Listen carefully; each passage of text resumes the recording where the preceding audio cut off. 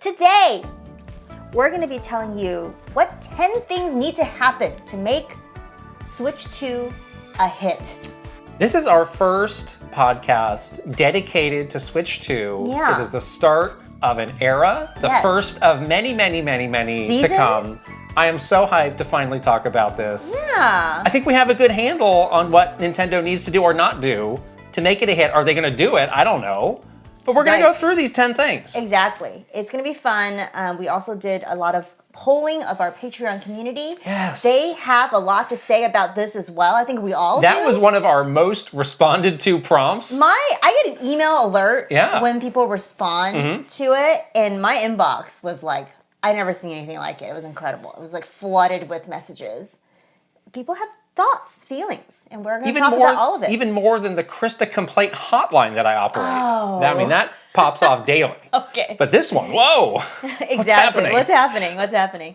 Everything we do on this channel is made possible by our wonderful Patreon family. So thank you so much for all of your continued support. As we were just talking about, we do lots of cool things with our community, including, talking to them and sharing their opinions in this here podcast.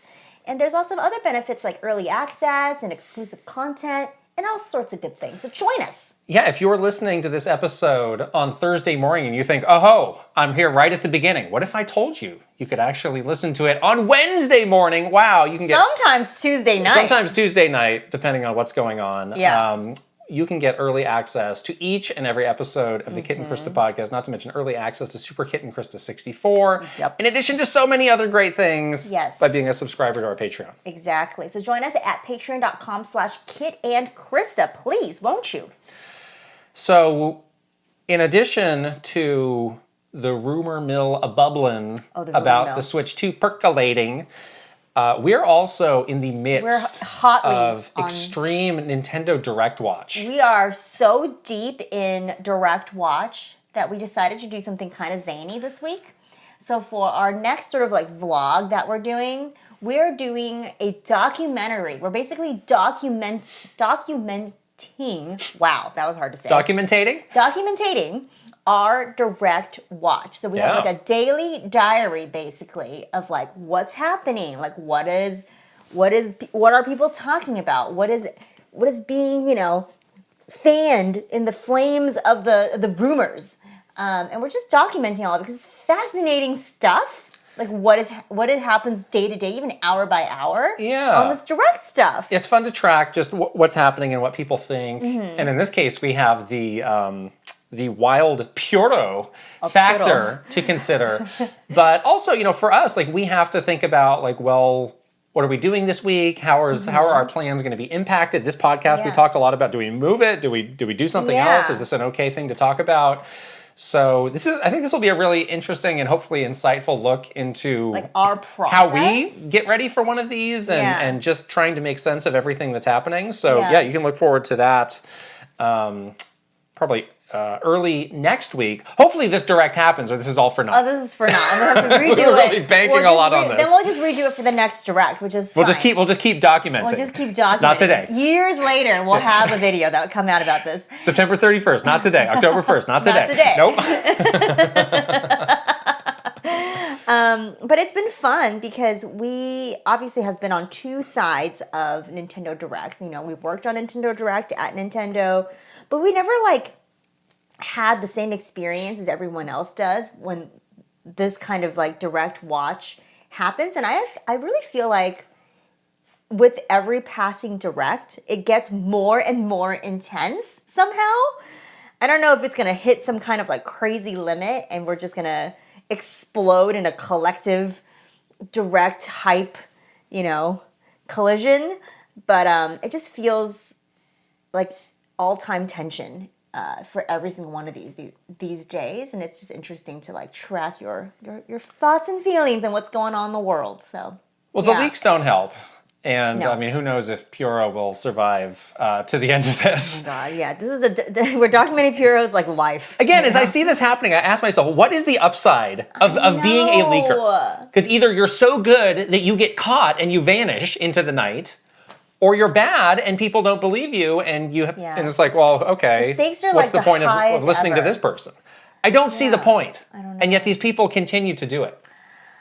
Maybe he has some way of concealing his web traffic? I don't know. No. It seems like a job that I would never, ever want to touch with a 10-foot pole. Glad someone else is doing it. You can't escape forever. You can't escape forever. But it's interesting to see it all go down, for sure. I do wonder if it's one of those things where people get in too deep before they know it, and it's like, oh, I'm in deep doo-doo now. But if you're freely just tweeting away, like how Puro has been handling it, I don't know if there's realization there of it being in too deep. That's what I mean. Oh, okay. You don't realize it until It's all too fun late. and games. Until it's too late. Until you're in jail. Until somebody knocks on your door. Until you've been erased off the Get in face this of windowless the earth. van. It's Flowers by Irene that's outside your door.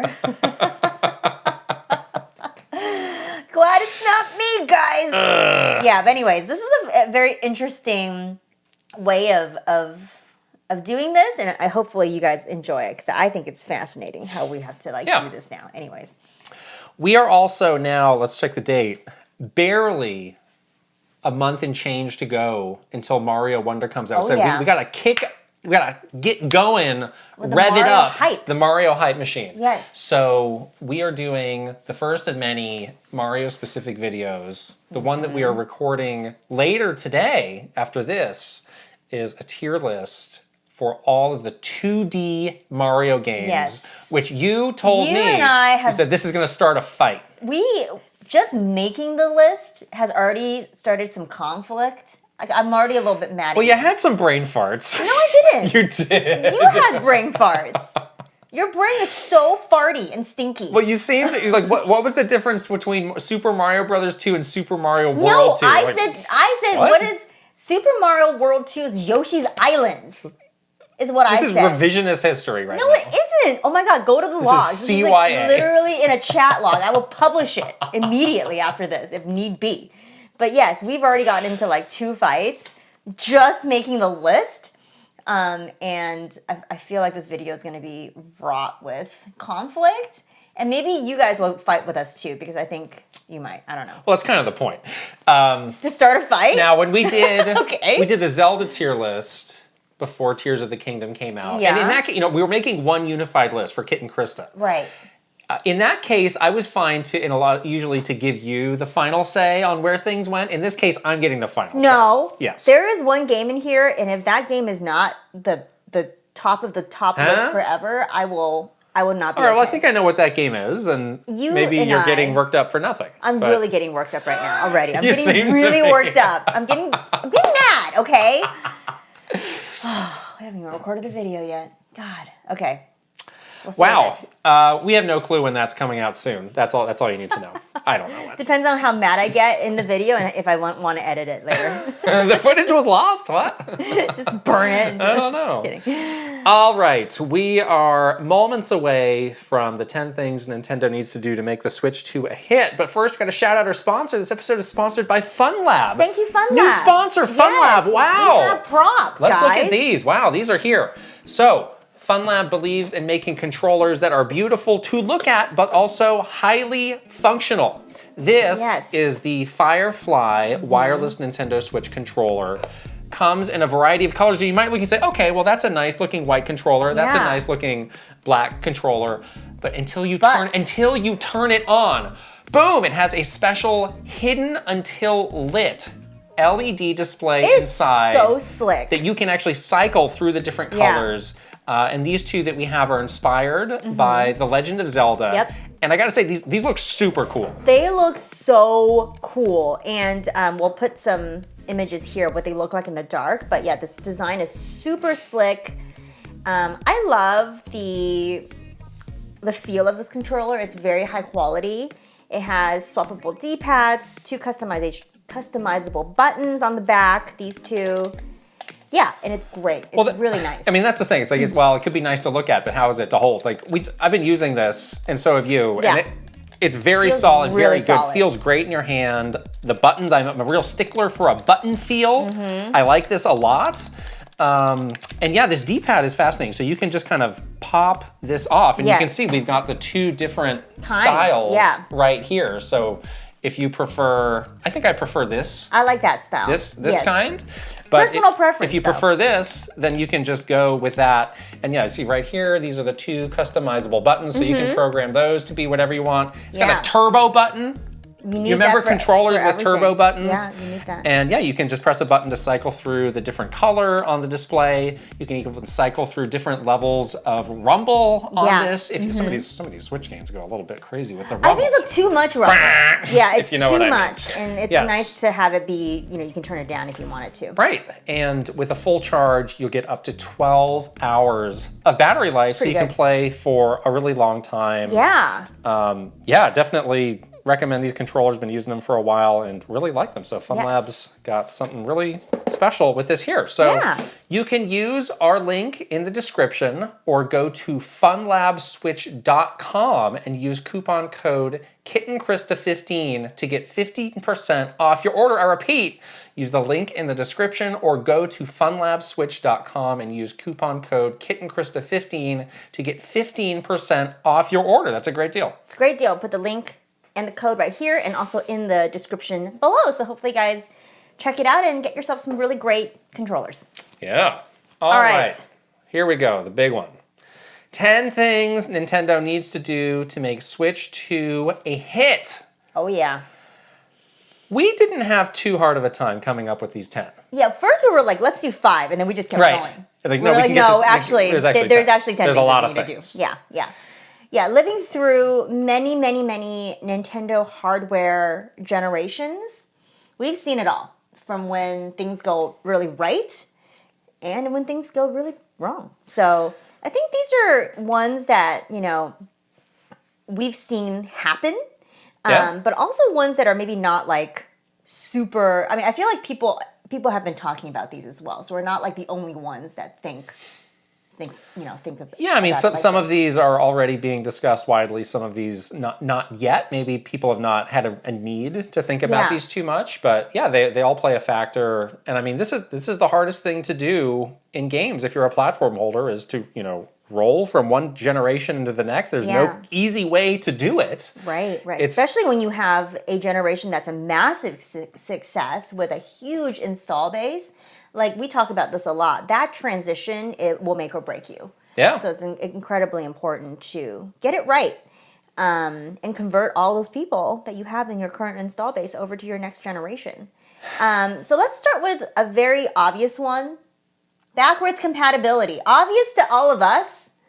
Not great in terms of Nintendo's history with backwards compatibility.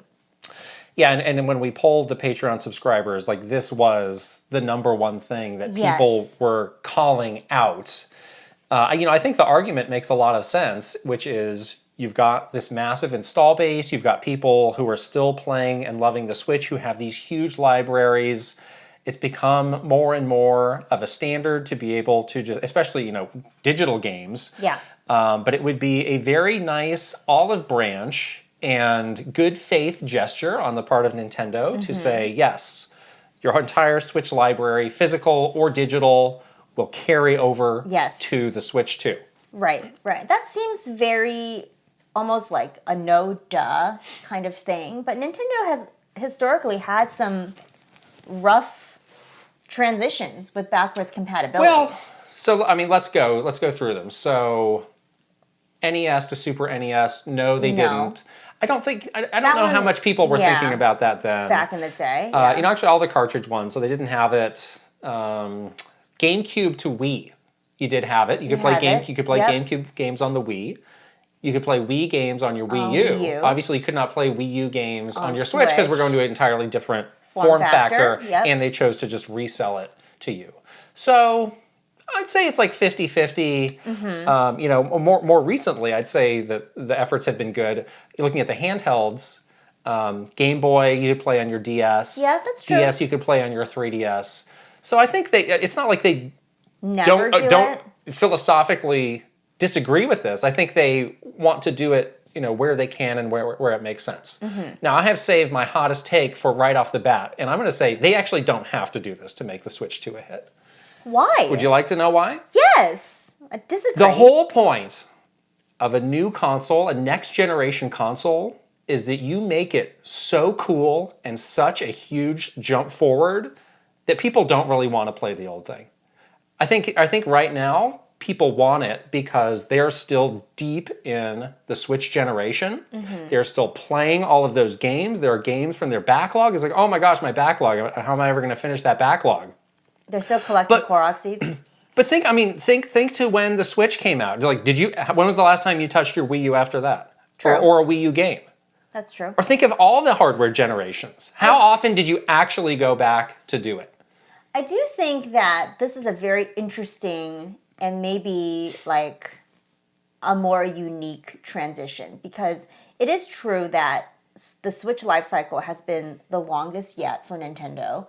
And we were talking about this recently in another episode, that not only has it been a long life cycle, it's been a long and very active life cycle. Like, people are still playing their Switch like daily, which is very rare when you're this deep in your life cycle. 7 years in, people are still super, super engaged with current games on the system, which is such a rare and unique thing that I just feel like that changes the conversation or like people's habits with backwards compatibility.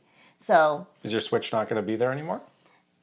I mean, you probably don't want to carry around two things, though, if we're going to get into form factor soon. But, yeah, I don't know. It's tough. I mean, I want them to do this. I think they should do it. But I think you could argue, like, is it an absolute must? Or should they absolutely focus on making it something that's like, oh, my God, I never knew I needed this or wanted this, and this is delivering new features and functionality I could never have dreamed of. Like, Here comes a Labo. Like, I went back to my 3DS. They were still putting out 3DS games kind of, in the Switch era. And I was like, oh my God, this is so slow and sluggish experience. Like, even turning it on, I was like, hello, is anything going to happen? Yeah.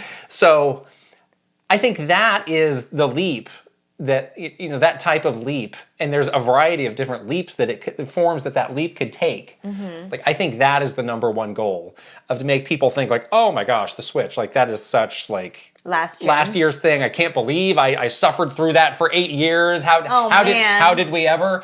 And that's on them to deliver that. Oh, wow. So I understand. That's a high mark. I understand that this is like the number one most requested feature, but from their point of view, maybe they're thinking, maybe we can, to put our resources elsewhere, and then we can resell you all those games in, 4K or Mega DX. HD. Yeah, with a little bit of new DX content. We're gonna keep games. talking about that. Yeah. So, not to be the heel for this list right out of the gate. Yeah. But I'm just gotta look at both sides. That's true. I mean, from a business perspective, they want to make money off of you, right? So they're gonna do whatever that takes to make you spend your money. So yeah, it could be a business decision not to have it. But I feel like you would really be risking like a huge backlash, which is not great either. Right. So now one of the arguments for whether they would or would not do this is the form factor. So like we were saying with the Wii U, like, you physically could not cram a DVD into a Switch. Yes. So that does play a big factor, and that's our number 2 thing on our list, is the form factor. Yeah, they really had such a hit with the Switch form factor. I think we all had that like just moment of like joy when we first realized what the Switch looked like, when we first saw that. When they first like described to us like how the dock works and how you can undock it into handheld mode, like that was like hands down one of our top magical gaming moments. Is like the realization of like this cool, unique, we call it like a value proposition for the system. So I feel like whatever they decide for the form factor for the next thing needs to either have a similar magic moment, unique value proposition, or it needs to just be the same form factor. Yeah, I think, so the leaks have started to happen out of these Gamescoms meetings. Why would you do these meetings in Europe? You know what's going to happen. It's always Europe. I'm rolling my eyes a lot. But I think if it was something radically different, that would have been the takeaway, which was, oh my God, this is not what you think it's going to be. Exactly. It's a potato. Oh no, a potato. Okay. So I think that it is going to be, rather similar to Yeah, I the think original so. Switch, which I think is the smart thing to do. There still is no mainstream competitor to the Switch. You can say like, oh, the Steam Deck, oh, the ROG Ally or something. It's like none of Yeah. these are mainstream competitors. Right, right. So until that happens, like you have the clear runway to keep mining this audience who wants this, and you can. I think the tricky thing is differentiating it from the original Switch. Yeah. And you know, the visuals, the look and feel of the thing plays some factor to that. So that's a very hard needle to thread, I think. I think so too. And I think that was one of the big takeaways from the Wii U era, where there was so much confusion with the naming and even a little bit of the form factor, because it was the same kind of thing. It definitely looked different for people that were discerning, but to a very broad and an audience that maybe is not paying attention to every single piece of Nintendo news, that was really confusing for people. They just could not wrap their heads around that this is a brand new system. Right. And if Switch 2 has a very similar form factor to Switch, I think they're going to run into that issue like pretty much right away. Like that's going to be really tough for them to like grapple with that. You are doing some crazy stuff. I'm reordering the list. Okay. Because so the difference between the Wii and Wii U was at the end of the Wii, there was no demand for the Wii. Right. So if people were confused about it being a Wii, you'd confuse them about something they didn't want. They didn't want that in the first place. But if you confuse somebody about a Switch, there's still pretty high demand for a Switch. So. But what's to say that they would buy the new one, though? That's confusing. They also have Switch Lite in the market. Well, so if you have some hot games, well, those versions are going to be phased out. They're going to try to phase it out, but it's going to be confusing. That is going to be hard. So let's talk about our next point here, the price. Oh yeah. So let's play out this scenario where internally it's very different, capability-wise very different, but it looks kind of the same. Right. What if they launch this in that same? So right now the OLED is $349. What if they launch this at $350? It's the same price point, in the same ballpark as the OLED. Yeah. And they pretty quickly phase out all of the original Switch models. Then you have no choice, and that will make your. And you make it backwards compatible. So then you're covering both markets. The people who are confused, what? What am I? I'm just buying a Switch. And the people that are like, well, I'm just going to upgrade anyway. I'll just grab the one that's on the shelf. Yeah. And then the people who know what it is and who actively are pursuing it and want there it. are a pretty big, I think more than we think, a big market of people that don't even have the OLED.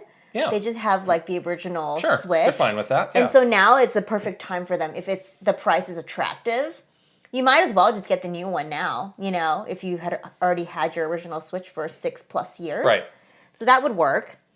I don't think that's going to be the price, though. Okay, what do you think it's going to be? I think it's going to be probably $400.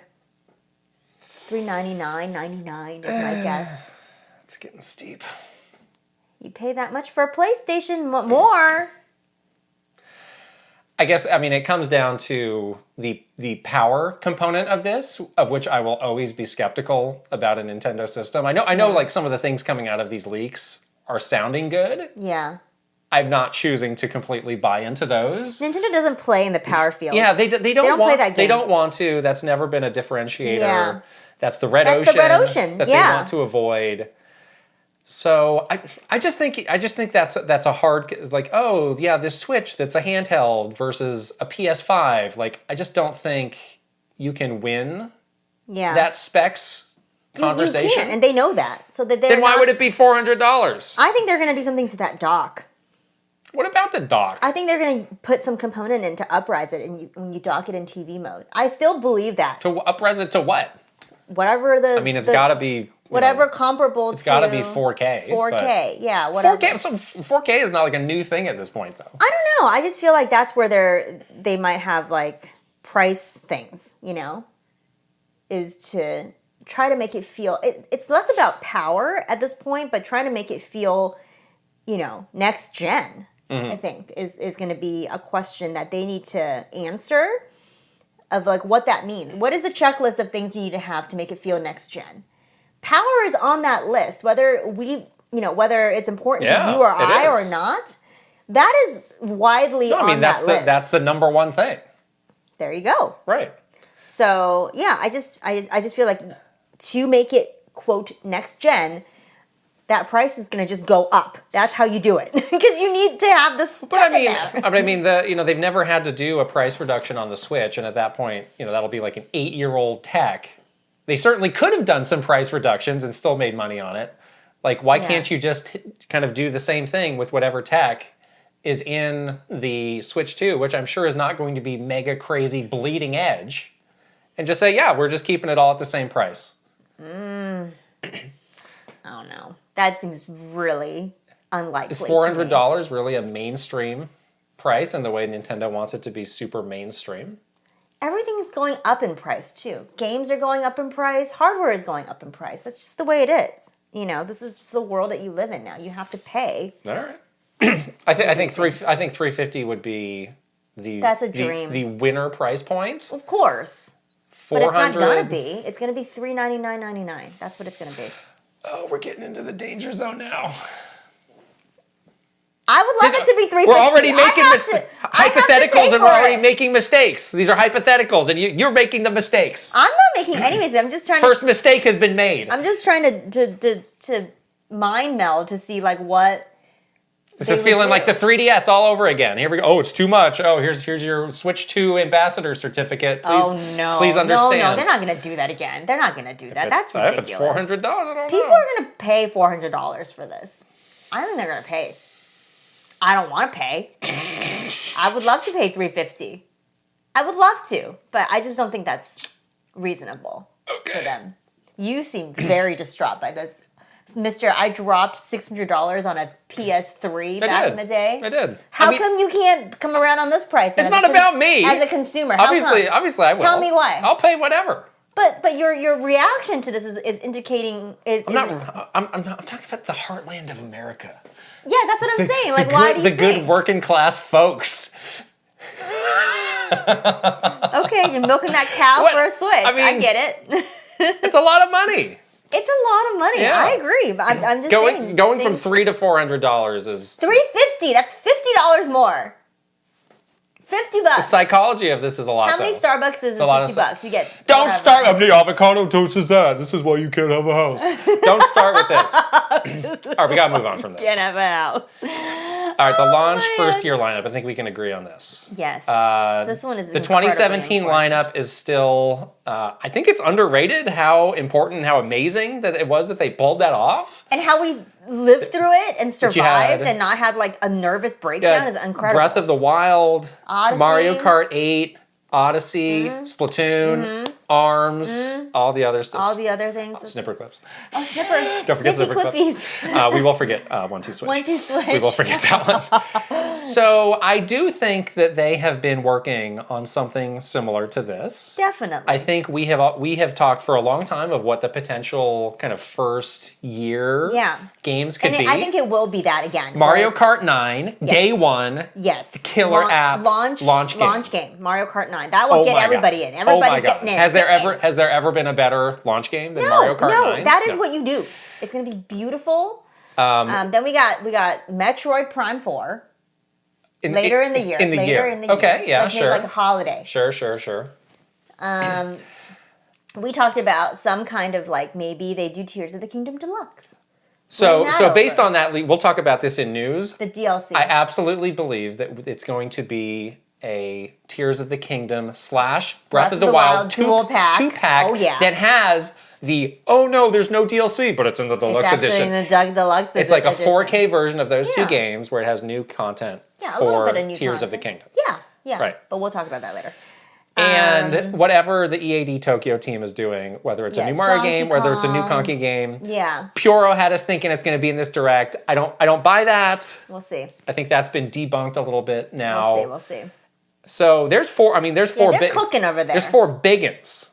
That's 4 huge franchises. And somehow they've been able to get by with the Switch. Well, the really, really big stuff has been worked on. Yeah, and they're probably remastering other stuff too. Yeah, but I mean, those 4 games in a year, like that alone is huge.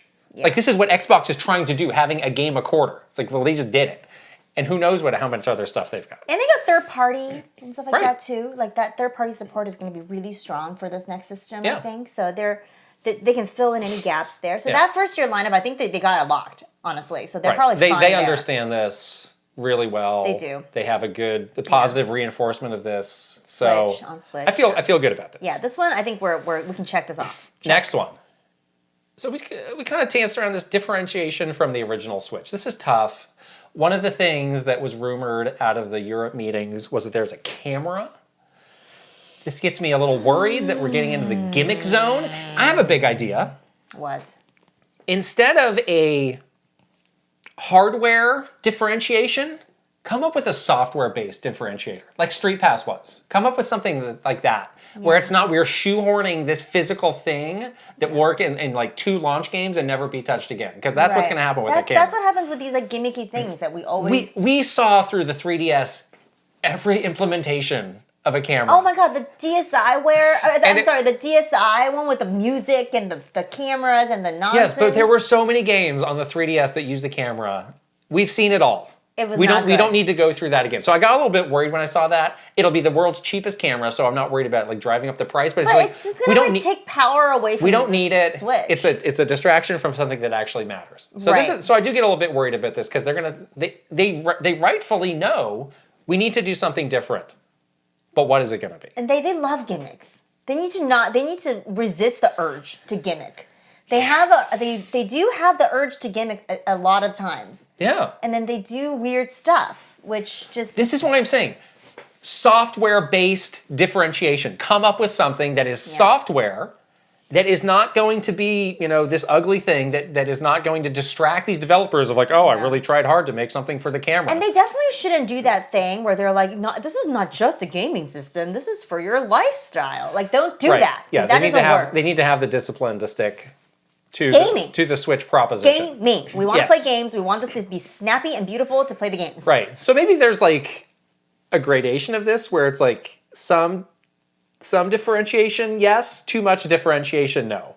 Yeah, and I guess you can go too far in this. especially if the form factor is going to be relatively the same, you do need to differentiate it, I think, with like a software thing, like you said, or something else. But just like you need to just really like resist the urge to like, people get like this is overproduced. Like they need to resist the urge to overproduce on that piece. I think. Yeah. That makes me nervous, though. That part of it makes me really nervous because they do like to do weird stuff. Right. I guess you could definitely differentiate in controllers and Joy-Con. This is where this is kind of their specialty is interface. And with the original Switch, they talked about how they were pulling from every inspiration from every Nintendo system to get to this. That was a great point. That was well received. I just saw that someone has seen a patent for new like magnetic control sticks. That's not new.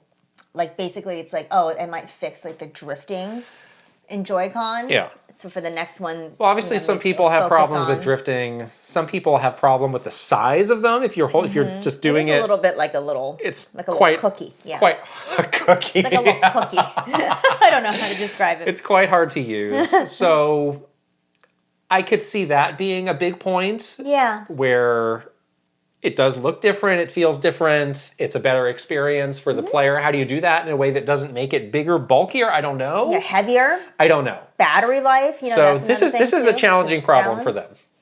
Yeah. We'll see. But it needs to be, I think it definitely needs to be differentiated, but in a way where it doesn't feel like it's shoehorned in for the sake of differentiation. Yeah. Okay. Next. This was one that you really wanted to put on here. Being future-proof. What do you mean by this? Yeah, I think this just means like, does it feel like it deserves to sit in this is a next-gen hardware, does it deserve to be there? Yeah. Because, again, they're going to want to eke out another long life cycle out of this next thing. Like, think about how long we had to play Switch. It's been a really long time, right? And if you're not talking about power, the Switch has really held up. I think, people have been really happy with the 7 years that they've enjoyed with the system. It doesn't feel like old and clunky. Like, at least I don't think so. No, I mean, when we first saw the Switch before it was even announced, like, I was shocked at how like tight the form factor was. Right. And it was like, oh, we actually have not had to do a hardware revision. It's not like the DS Fat to the DS Lite where it was like, oh my God, how did you ship this? What made you think you could ship this? And yeah, it felt like it was like from the future, how snappily you could just take it on and off the TV. Joy-Cons coming on and off, like all of that stuff worked from the get-go. We're going to be 8 years later. So what do you do to continue to feel like it's futuristic versus just like, oh yeah, this is a nicer version of what I have now. Exactly. And you got to think like 8-9 years ahead. Right, you want it to have, you would be so lucky as to have another 8-year life cycle on this successful when thing. you get to, that 8-year mark, you still want people to feel like we're feeling now. Like this still feels good. Feels snappy. It doesn't feel like it's totally outdated. It doesn't feel like it doesn't work anymore. Like you just need to make sure that whatever you have now will work and feel new and modern. That's going to be hard. Who knows what's going to happen in 8 years? Robots could take over. I don't know. So I do, so we said that they don't have a competitor now. You've got to think in the next 5 years, there will be something that is closer to a direct competitor to the Switch. Yeah. And I imagine they feel that way too. I think they've been lucky to make it this far without, a Sony or a Microsoft. Because this is what happened with motion controls. Like we had a Kinect, we had PlayStation Move pretty much within like a handful of years. Yeah, like 2 to 3 years. And I think, they're just going in another direction. So it's hard for them to zag back to something that's smaller and more compact and less powerful. But it's been so successful. I just have to think that whether it's them or who knows, some other new entrant is going to have something like that. Right. And, with this whole focus on like cloud gaming and all this stuff, like it just feels like this idea of playing your games anywhere, which was like a key Switch thing. Yeah. I mean, if Sony can keep iterating on this portal. Right. Like think like, 2 to 3 iterations of that. Yeah, if they do it in like year 5. Right. Right? And they might be able to, honestly. That just changes like and that I think it's pretty like widely accepted that is how people want to play games these days. Like we just want to play all of our games conveniently anywhere. Versatility. And that seems to be like the focus of a lot of these companies. And Nintendo, they've been really lucky to have that space all to themselves for a really long time. Obviously, there's other things that make Switch really great, but if you lose that like differentiating factor, like that could be tough to like maintain relevancy in like year 4, 5, 6, of your next life cycle. So yeah. Yes. Okay. Next one. So you could talk about third parties broadly, and I think Nintendo has done a good job to win over third parties with the Switch in ways that they never. Or it's been a long time since they had this degree. Oh my God! Yeah, seriously. There's still a few holdouts that are weird, like EA. EA, what are you doing?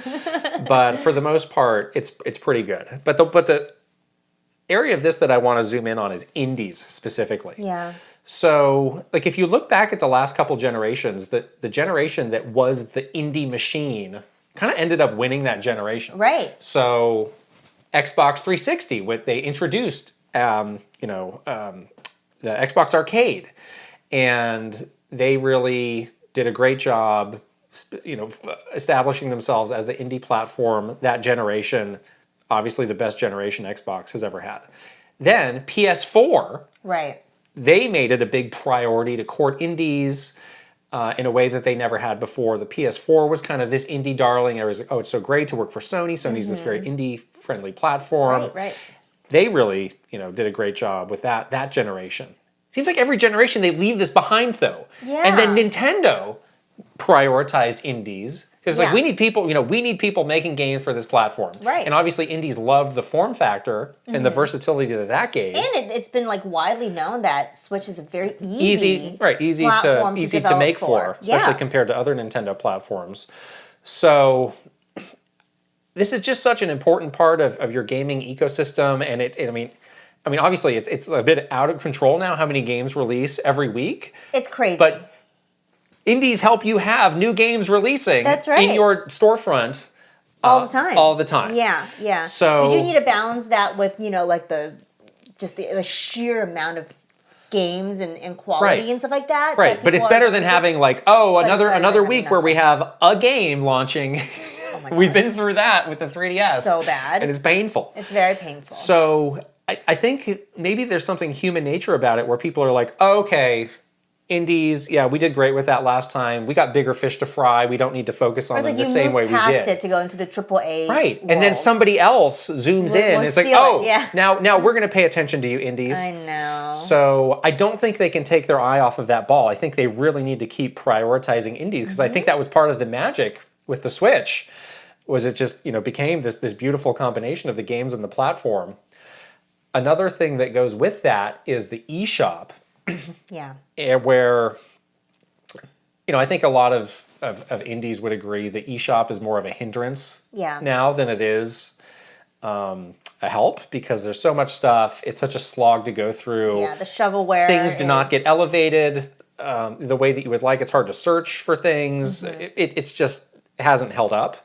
So really listening to those partners and delivering a next-gen eShop that can support everything that your partners want to do on it, and don't just be like, yeah, we got this, we'll figure it out ourselves. Like, you need to listen to these people. Yeah, they're the ones that are daily in it, Because that could be a decision of, do we put it on this platform or not? Right. It's like, do we think this is discoverable? Do we think this is going to work out for people? If you're not like a sure thing, like Sea of Stars indie. You have limited resources to do this, and you're going to choose like, hey, do I focus on the Steam release? Right. Or not.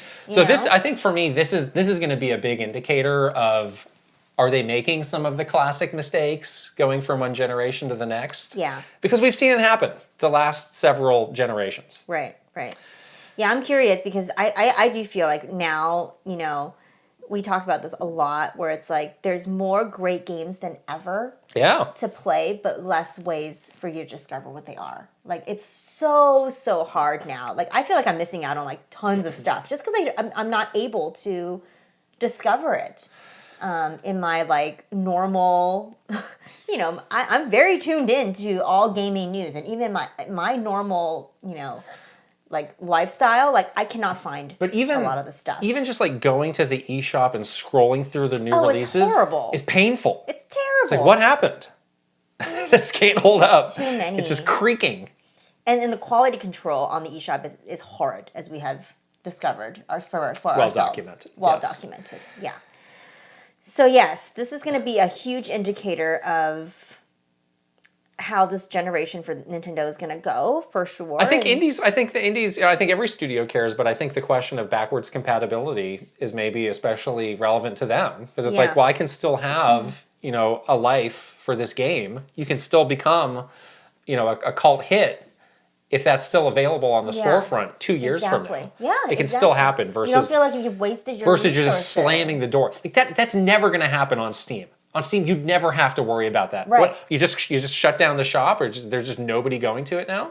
Yeah. Because you moved on to a new generation? You just don't have to worry about that. Right. And frankly, on PlayStation and Xbox these days, you don't really have to worry about it either. You don't, yeah. They did a really good job with their storefronts. Right, I mean, pretty much, there's so many indies that ship as PS4 games. Yeah. Because it's like, it actually doesn't matter. It's just, it shows up in the storefront. It's just a game. Like, who cares? It's just a game. You can buy it on any platform. Exactly. Or any hardware, yeah. Next, this was one that you wanted to add to. Yes, the balancing Nintendo charm with functionality. Like, this is something that we talk about a lot. Not to get into themes and folders. I was going to say, do not get into the discussion with me about themes and folders because I don't want to hear it. That's number one on the list, themes and folders. I don't want to hear it. Shut up. If anyone else comes at me about themes and folders, I swear to God. If the Switch had themes and folders, it would sell like, what, twice as many? Definitely. Right? That's going to be the savior. Yeah, we need themes and folders. No. But there is like something very like awesome about Switch where it is so snappy, like it just works. You get into it, it's very no frills. You jump into turn the thing on, jump into your game right away. Like, that's good too. But I do miss a little bit of the Nintendo charm. Like the little we talk a little bit about like how we love, the Wii menu music. We liked, Miiverse was kind of like clunky, but like there was a little bit of charm to that as well. Software-based gimmick, Miiverse. Maybe not. That one's going to take a lot of resources from the Switch. It's not the best one, but it didn't cause the same harm as some of the hardware-based Bring back Street Pass. Just saying. Bring back Street Pass. We want that. We really want Street Pass. We all want Street Pass. We all really miss Street Pass, I think. Or just some kind of another way for you to interact with other people that are playing Switch would be nice. Like just a little bit of customization that you can do for yourself so that it's not just like dark or light, Get your profile pics from My Nintendo. Great. Some gold points. Like gold points. Lame, but just a little bit of charm. Nintendo is very charming, so just a little bit of that would be nice. I don't think this needs to be on the list. I mean, as long as the charm is in the games, I don't really care. You wouldn't. Because the Wii U was like bogged to death with stuff like this. It doesn't need to be bogged down, but I just need the thing to work. I will get the charm in the games. I just want something that works. A little bit of customization would be just great. some themes. Just a little bit. I mean, it would be really You're full nice. circling your way into themes right now. I don't like folders. Switch actually has something that's basically folders, we should say. I don't like we, those. we know that. I don't That's use them. stupid. I don't care. Yeah, anyways, okay. I think we might have different feelings on this too. Different SKUs, number 9. Yeah, I say no different SKUs. Oh, One I say SKU. that. Oh, I say this too. Oh, really? Oh, good. Okay, good. I thought you wanted When you wanted to multiple add this to the list, I got nervous. Oh, you should be. You should Yeah. always be nervous when I add anything to any list. But I'm just scared because we lived through this so deeply. It's so deeply traumatizing, this whole like confusion thing where people they're just confused. People are easily confused is what I learned. Like they just don't pay attention. Even the people that are paying attention can't pay attention to everything. It's really hard. Right. So I think the more you can do to like not confuse them, the better. Especially if you have like your original hardware that kind of looks like the new thing, and maybe the price is similar, yada yada, and then you add another SKU, and it's like, oh no, now grandma is very confused, and no one knows what to buy, and then it's like, oh, is this new Joy-Con, or just blah blah, and then it gets really bad.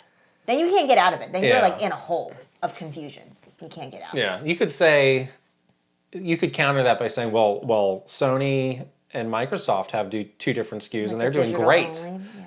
But those were so supply constrained that people were just buying whatever they could get. Exactly. Like if they launched in a world where they had full supply of all their versions, would those be doing as well? Probably I don't know. not. And I think on the PlayStation side, again, it's $500 versus $400. It's $100. It's a lot of money. You're talking about something that is extremely high. $500 is a lot of money.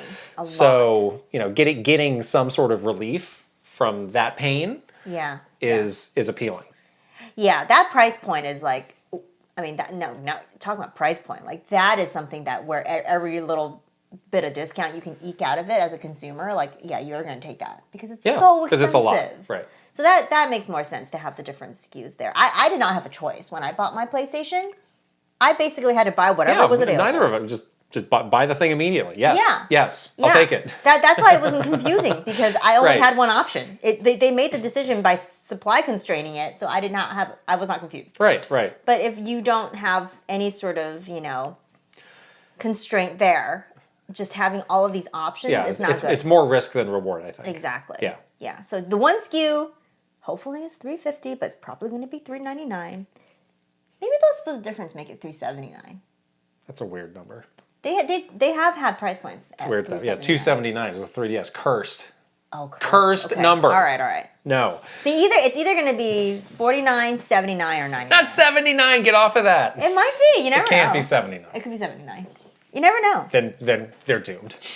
Dang. Nintendo's actually doomed if they put it on a $79. $350. You really do. I think that's what it should be. You really want it to be. Take the little bit of pain and price it at a very attractive price They're not point. gonna do Take it. a little bit of pain.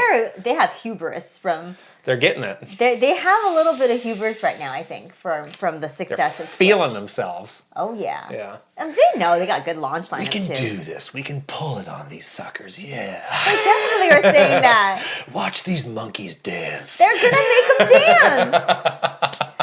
They are. Miyamoto's like playing like a pan flute or He's something. not the one. He's not the one. He's on the board. He knows. He likes people. He knows. He's nice. They're swimming in like a Wario field of money. We have one more thing here. NSO and classic games. Oh God. The classic games. How many years of not having a strategy with classic games being the #1 classic game company ever are we going to go through? Well, how many now generations? We're on like year 20 of Year this. 20, yeah. Oh At my least. God. I don't know what we keep Get talking your about. act together with these classic games. Whoa. Get them all ready. If you've got them, launch them all on day one. Do not trickle these things out Yikes. 3 or 5 years later. Everything that's on this is kind of like the backwards compatibility. Everything you have on the Switch, Just do it day one. put that day one. Nice and clean. And while you're at it, since you got all this money, how about you pay a little bit of money to companies who don't want to put your game on NSO and get them to put it on there.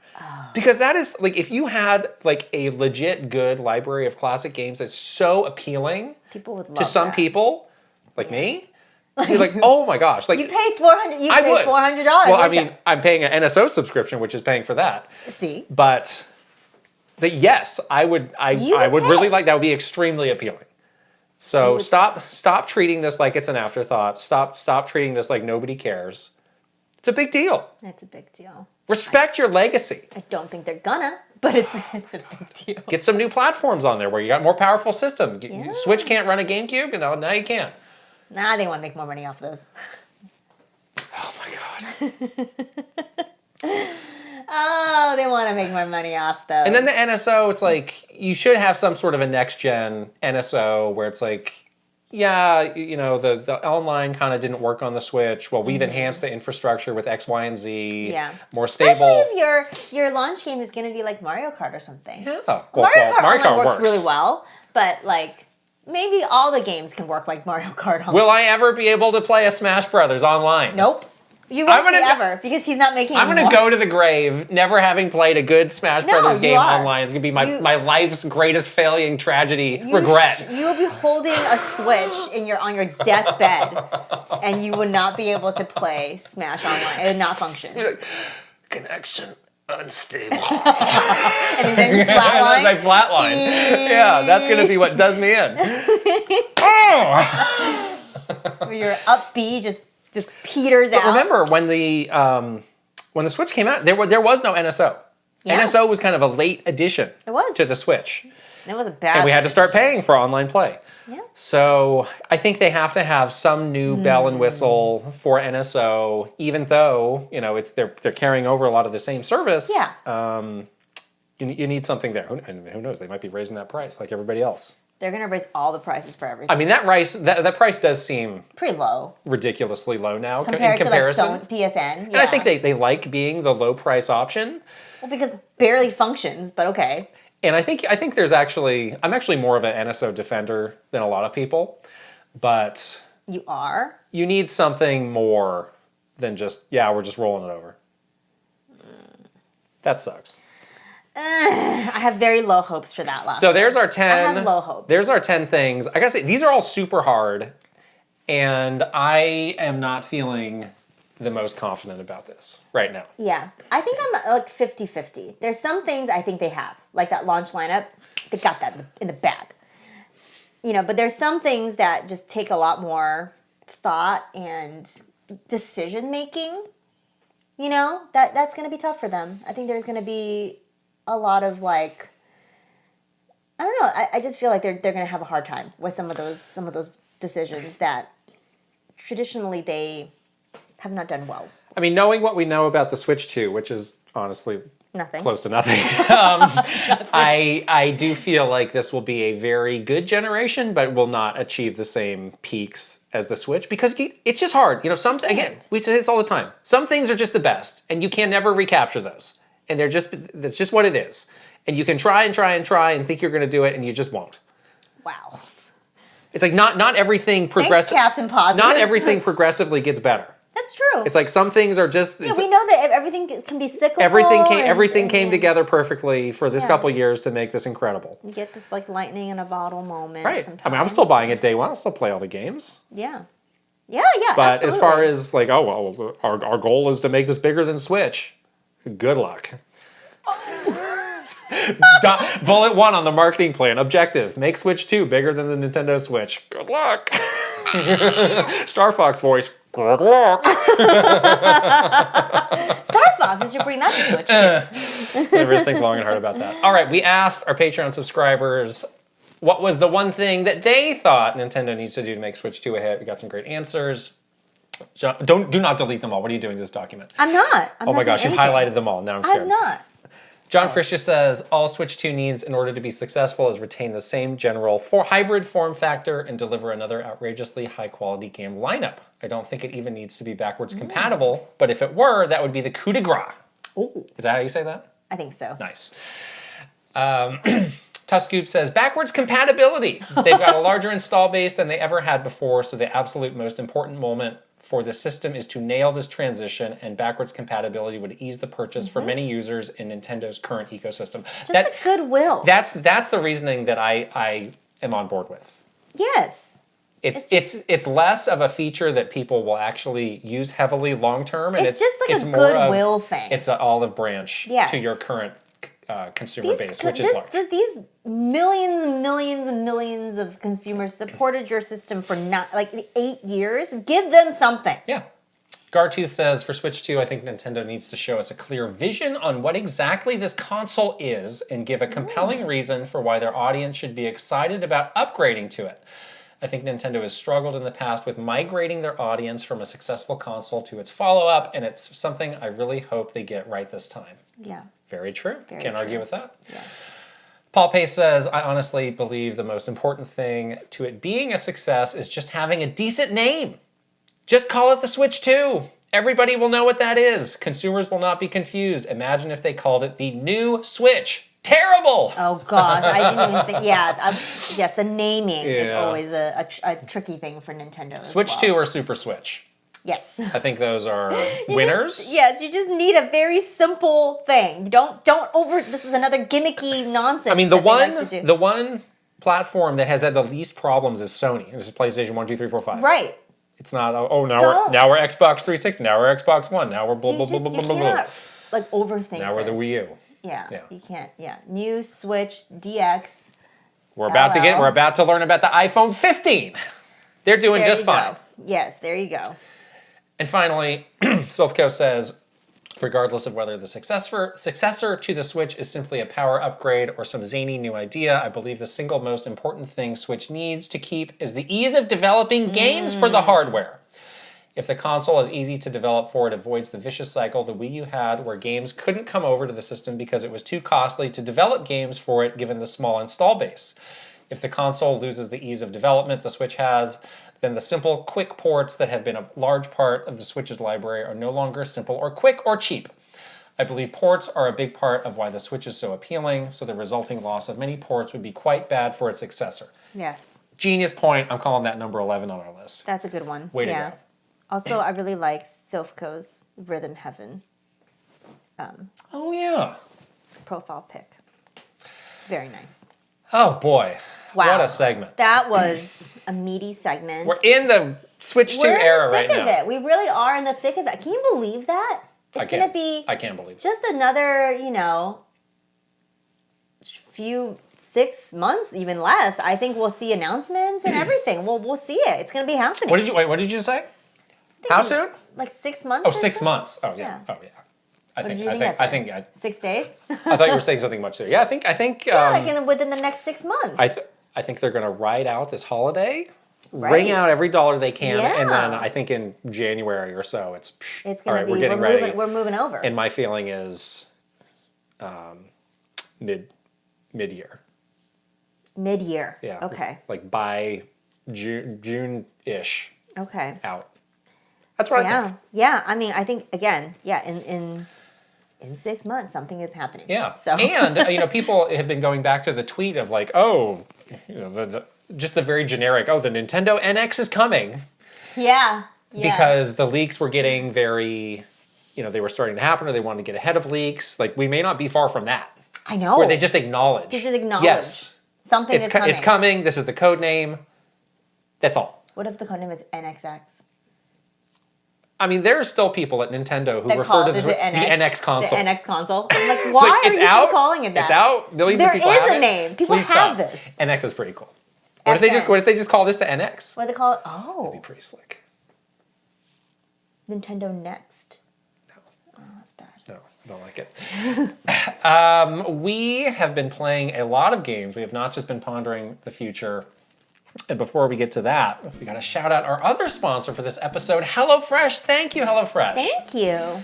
With HelloFresh, you get farm-fresh, pre-portioned ingredients and seasonal recipes delivered right to your doorstep. Skip trips to the grocery store and count on HelloFresh to make home cooking easy, fun, and affordable. That's why it's America's #1 meal kit.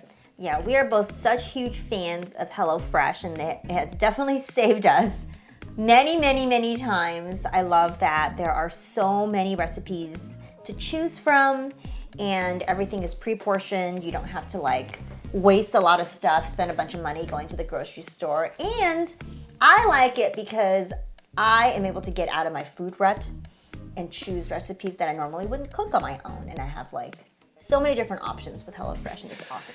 Yeah, and you may think HelloFresh is just all about dinner, but you can also get things like breakfast, quick lunches, snacks. So you can go to the HelloFresh Market and add all of these very yummy and time-saving things to the box that you're already getting that might include other dinners and other things. And we are so deep in the fall game season, as we're about to talk about, getting a little bit of time back to play through these games by not having to go to the grocery store or cook dinner is very nice. So nice. I love it. Yes. So go to HelloFresh.com/50KitKrysta and use code 50KitKrysta for 50% off plus 15% off the next 2 months. I repeat, go to HelloFresh.com/50KitKrysta and use code 50KitKrysta for 50% off plus 15% off the next 2 months. HelloFresh is America's #1 meal kit. That is a lot of discounts. We'll put the link right over here and also in the description below.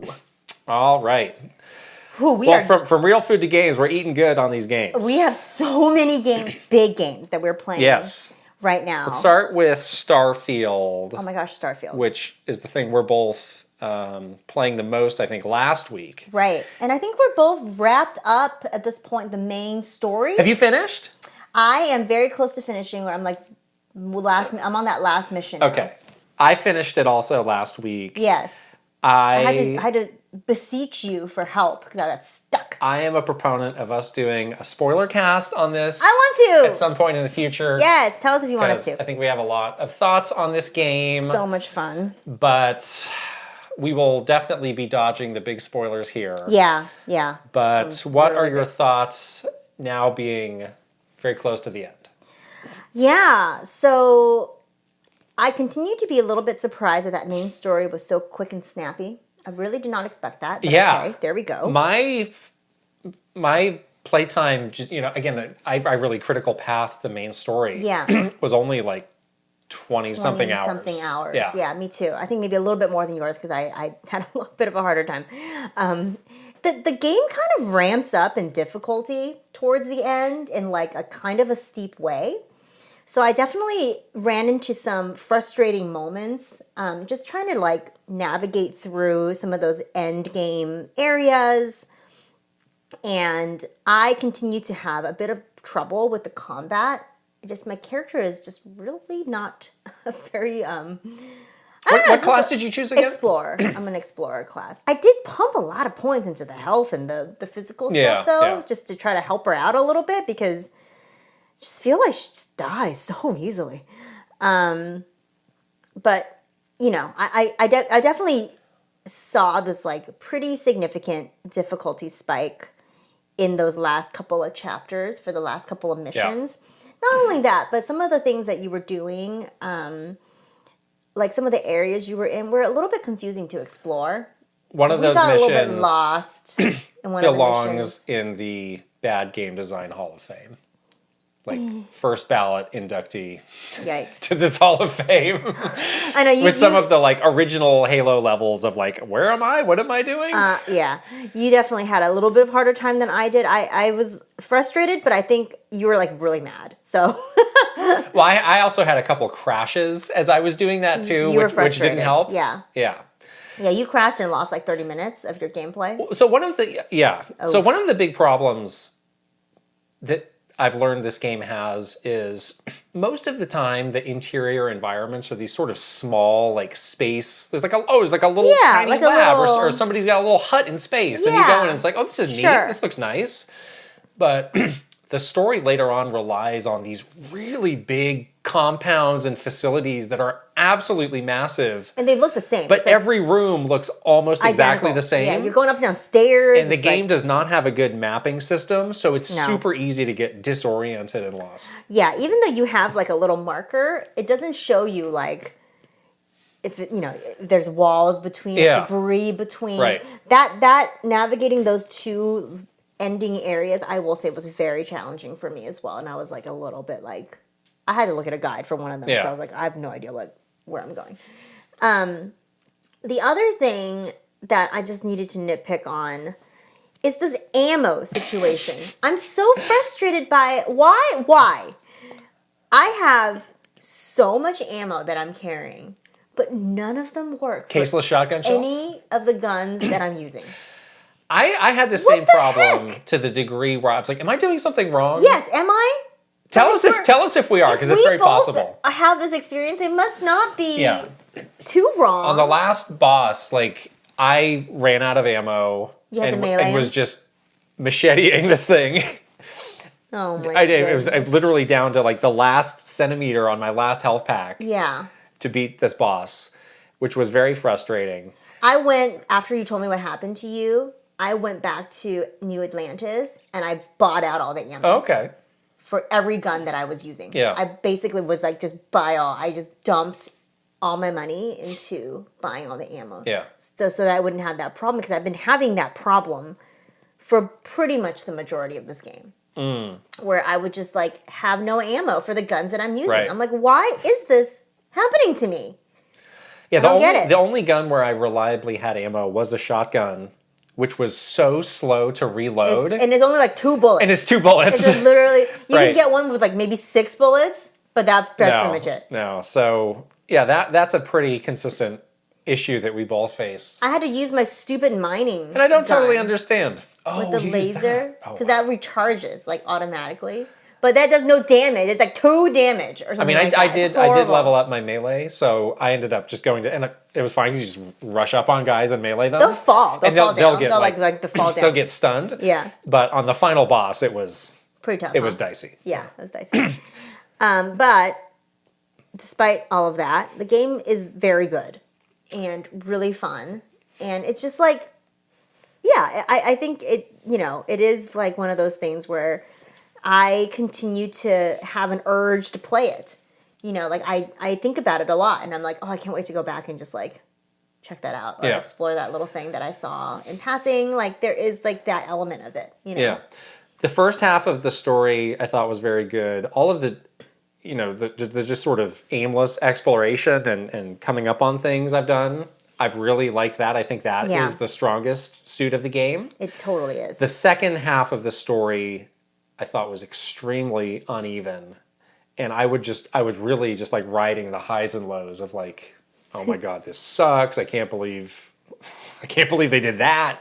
And then like to the next mission, I was like, oh wow, like that was an amazing kind of story revelation that we got. Like, so there is like sort of a back-to-back moment if you're doing the story where you learn kind of the key nature of the story. And It's like such a good story. these artifacts that you are uncovering, like what they are and what they help you do. Oh yeah. I was disappointed in that. Really? I didn't like that. I thought it was a little uninspired.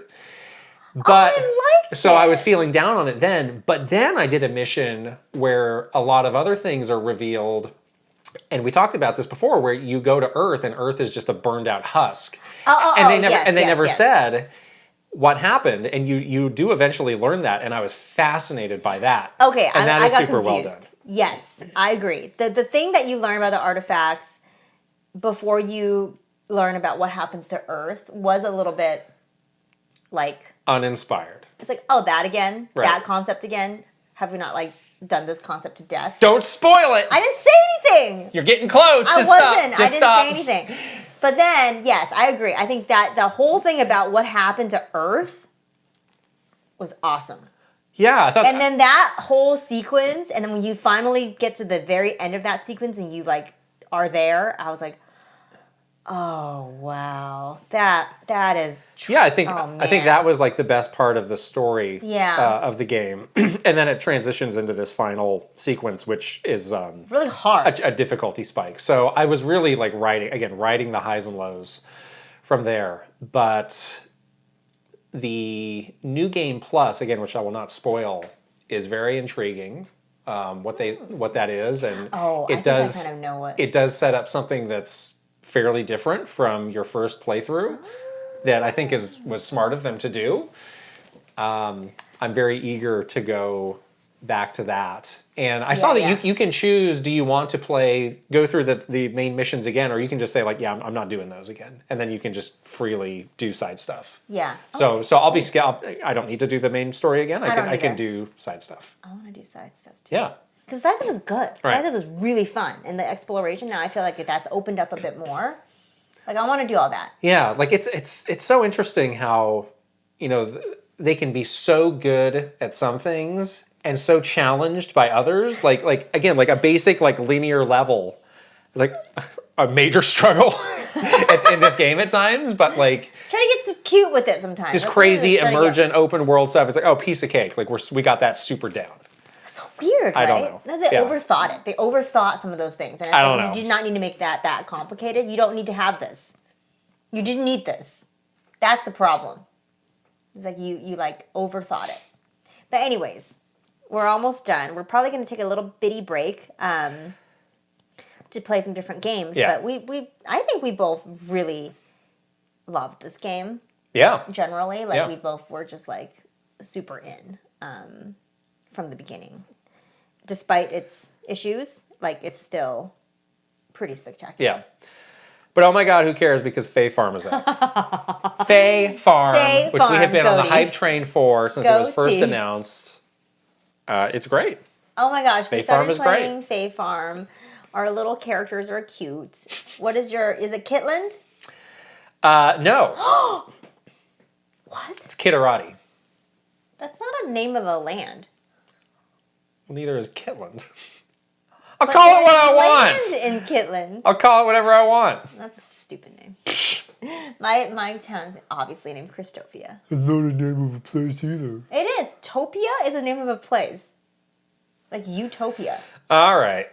Anyway, so you failed already at Fae Farm. But anyways, I thought this was a cozy experience You're failing at where you being can't do cozy. anything wrong. you're failing at being cozy. Wow. Yeah, we are both kind of in the beginning of this game. This game is good because it does have like a main story quest thing, so that you do have some guidance. It's not like completely open where it's like do whatever you want and you're like, I don't know. There's like 10 million things to do in this game. So now there is like some little goals that you're doing, like setting up your farm and It still feels more like a tutorial to me. Yeah. Like a very Yeah. long tutorial. Yeah. But I haven't found it annoying. no, but it does like slowly introduce you to stuff that you can do in this game, which Yeah. is a lot, and Right, it can be right. overwhelming. So that's been fun, and we both really like this. The jumping. Having a character that can jump is such a huge difference, because you can really like The jumps are ridiculous. So when you jump, you do this like crazy legs thing where they're like running, and your character just laughs it maniacally. just like flaps around. It's like a crusty, as you're just like, and you can like, there's like bounce pads, you go, and you like do these like crazy cartwheels off the air, and it's like I'm just waiting for this character to like ragdoll and just eat it, like face plant into like a bale of hay or something. But the jumping is amazing. Like they didn't have to go this hard with the jumping. Oh my God. And it's like, This game is revealing, like, so I don't play a ton of games in this genre. Obviously, Animal Crossing, I played a ton. I played a couple other. But it is kind of exposed, like, things that you assumed. So it's like, oh, you just can't do that in Animal Crossing. It's like, well, why not? Jumping? This game kind of breaks that, where it's like, why can't you have good traversal and just kind of like, easily get from place to place? Yeah. Why does it have to be like that? Yeah. Or why does it have to be such like, oh, we can't add swimming until later. That's a lot of work. It's like, you just jump in the water, you swim around. No big deal. No big deal. Why, yeah. why is it like that? Yeah, there's a lot of like things where it's like, this is an absolute like non-starter for Animal Crossing. This game just gives you off the bat, and you're like, oh, okay. I mean, there are things like that make Animal Crossing like ridiculously charming and unique that Fae Farm will never have.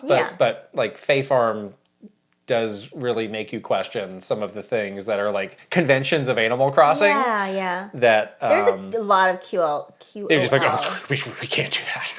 It's impossible. I mean, you can stack some ingredients together, like quick cook 6 things. Oh my gosh, great. Yeah. Like little things like that. Yeah. But it is very cute, very cozy. There just seems to be like a ton to do. You and I have both tried out the combat a little bit. There is a bit of combat because you're like a magical thing. You're like there's magic in this world. So you get a wand and you can do you're helping out your little wizard friend who's very cute.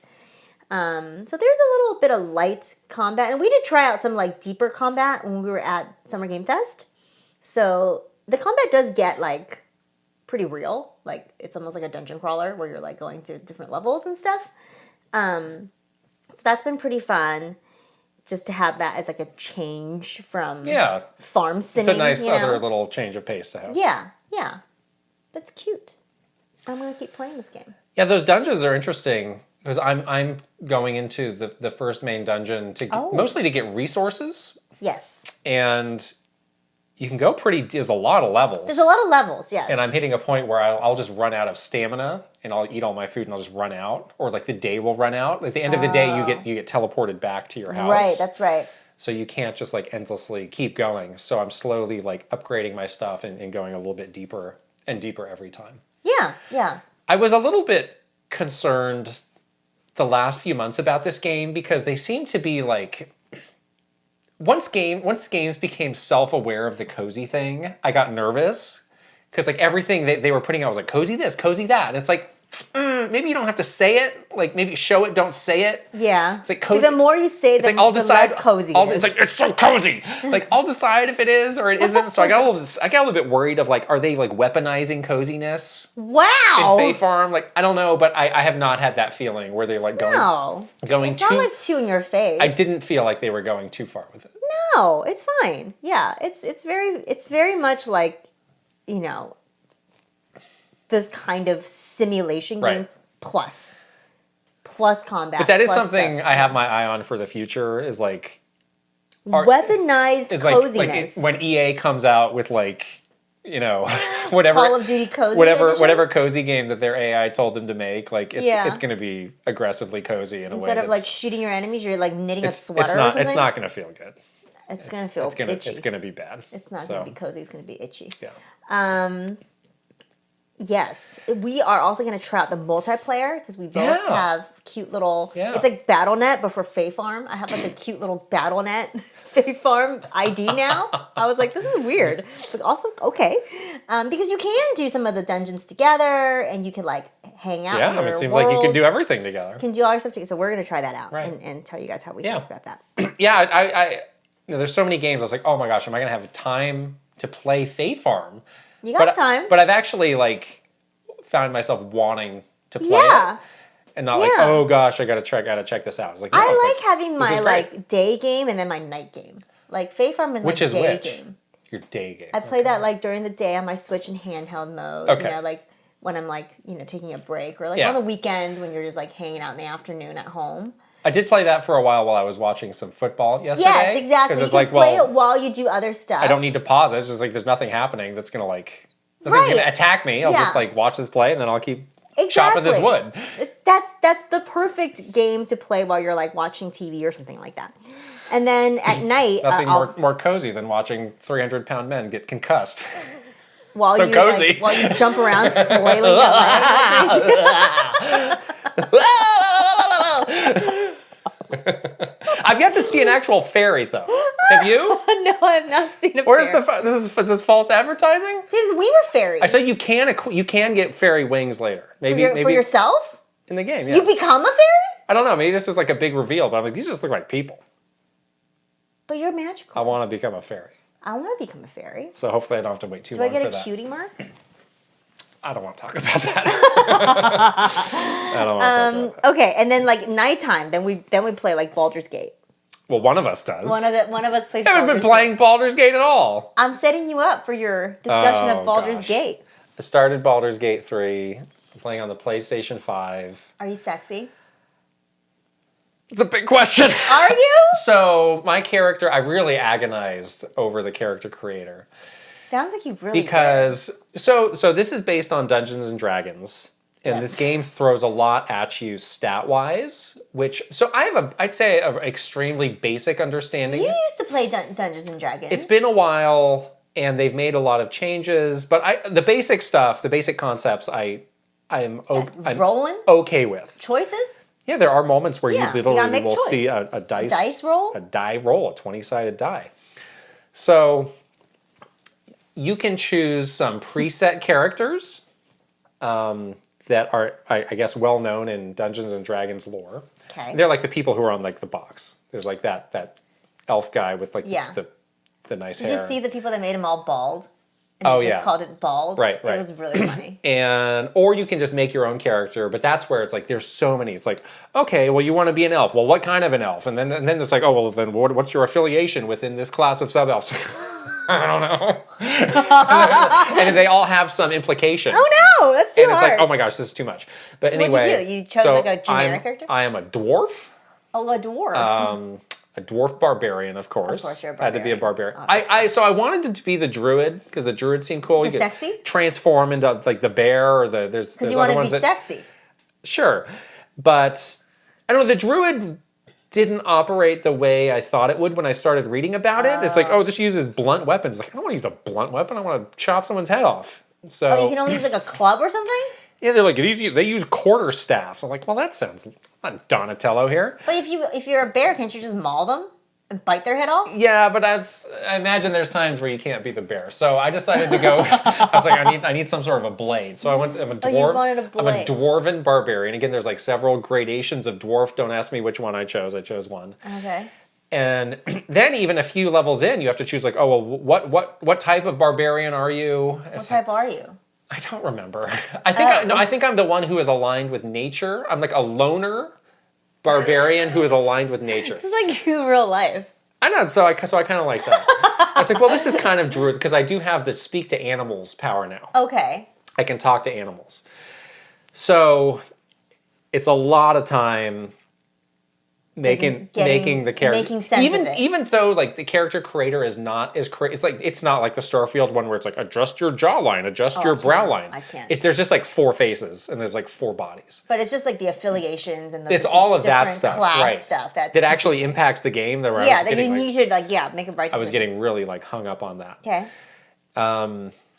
So what? So I'm going into this game like pretty blind, where I know people like this game. I know generally the idea of what it is, but like I'm really enjoying just kind of taking it as it goes because this is really like even more so than Starfield, like a game where your choices can take you down any number of branching paths, right? Yeah, to a really insane degree.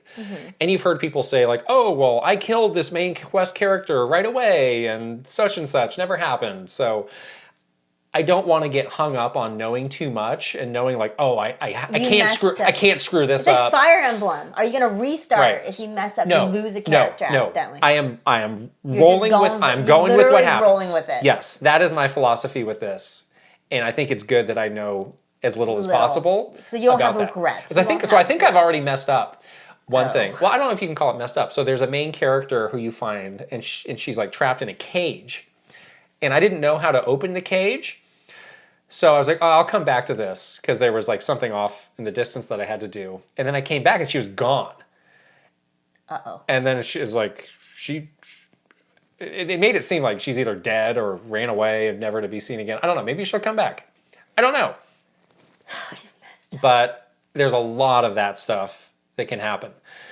So the thing that's really impressing me so far is like this game does give you a sense of adventure where like if you explore the world, like you will be rewarded with things that feel adventuresome. Like you could like stumble into a cave and it's like, it's not just a cave. It's like, oh, there's this whole other quest that was down here that you didn't know about that can be really rewarding and exciting. Like discoverability and stuff. Yeah. You can just like stumble on things. And like, I did another thing where like I went into this, I thought it was just like an abandoned old building, but there was like this guy who was like a mummy and he can help me like revive my characters who die, or if I want to change my class, he'll help me. I was like, wow, this seems important. This is very important, yeah. The game doesn't tell you any of this. That's good, because it leaves it up to you to discover it. So there's a little worrying of like what are you critical missing? things am I never going to see, but yeah, it's fine. Like I will live with it. But I'm having a great time so far. The combat is really interesting. It's definitely very high stakes where even the normal enemies can give you a hard time, and you really need to like think through what you're doing. And again, there's so many like things that you can do, variations on things that you can do, and they give you a lot of moves that are not just like attacks where you can kind of change up what you're doing. So like one example is like if there's a guy who's on a cliff, like you have a move that's just like shove, you can just like shove them off the cliff. Or if there's like a puddle of something on the ground, you can actually dip your weapon into it, and it might be like, oh, well, this is like poison, or it's like oil, you can set it on fire and have a flaming weapon. Like there's so many little like interactive things with the world. Yeah, it's one of those games where I was like, oh, I'm not sure how you made this, and accounted for every that's cool tiny little thing. That's super cool. Yeah, it really is. So I'm having a great time with it. I can see how this is a big game because I'm just meandering around in this first area, and there's so much to do. I don't even know really what the main quest is at this point. Oh. I'm sure it will become, I mean, I generally know, but there's not like, do this Go thing. here. Right. Yeah. So who knows where the adventure will take me, but really, really like it so far. My only critique of this game is the menus and interface do not feel super console friendly. Oh, okay. Because it was like built for PC. I'm doing a lot of like squinting at the TV. No, I can't see it anything. I'm not going to be able to see it all. Right. So I'm sort of hoping that maybe enough people will complain about that they can improve it. Yeah. I think they can. Like there is an option to turn up the text size. I already did that all the way, and I still think it's teeny. I still think it's kind of small. Uh-oh. So that is my only that does not bode well for me. Quibble with it so far, but this game's really amazing. Wow. Okay, yeah. Starting that this week. You got to get on it. I'm getting on it this week. You are? Yeah, why not? You're going to China in a week. So, I can still play for 4 days before I go. Oh, no. This might be a bad idea. Why? You're going to come back and you're going to forget. No. What was I doing? What if I play remote play? It could work. Well, then you got to keep your PS5 on for like 3 weeks. 3 weeks. Just put it in sleep mode. What if you accidentally forget and you actually turn it off remotely, and then there's no coming back from that? You're really making it sound hard. If this was on Xbox, it would be a lot easier. How's that different? Well, you actually have to have your system on for that. Oh, that's true. It's just in the cloud. Well, anyway, just saying. Okay. Anyway. Armored Core 6, though. Yeah. Are you still going on them? I am. I play like a little bit. Is that the morning game? If you have a daytime game and a nighttime game? I'll play like one level of Armored Core after I play like Starfield. Okay. Yeah, but it's fun. Are you starting Mortal Kombat this week too? I think you said you would. I'm not gonna. Oh. I never said I'd start Mortal Kombat. But the Van Damme DLC, they showed it.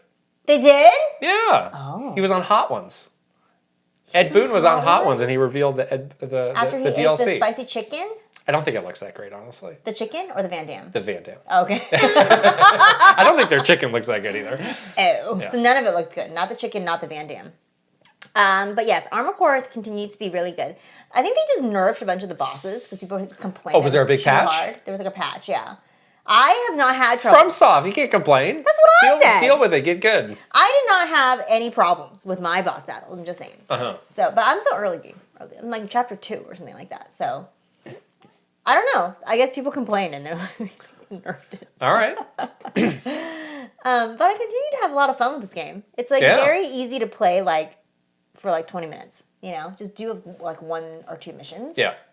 And I continue to collect like a lot of random parts, or my shop gets updated with more parts for my mech. Yeah. So I'm still tinkering around with it a bit and just to like figure out what the best build is. And yeah, it's great. You downloaded it. You're going to play it, right? I have downloaded it, yes. I think we can say now it's been long enough that this is not the like Elden Ring level. No. Oh my God, Armored It's not Core Game of the is the Year. big mainstream, sell 20 million copies. But it seems, people are playing it, seem very happy with it. Yeah.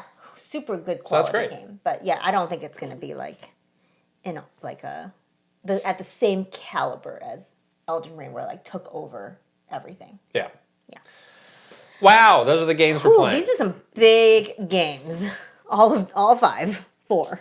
Wow. And yeah, you got a big trip coming up, so you got to decide what you're going to do. Fae Farm. Fae Farm will be easy for the trip. You could get the Switch version of Mortal Kombat.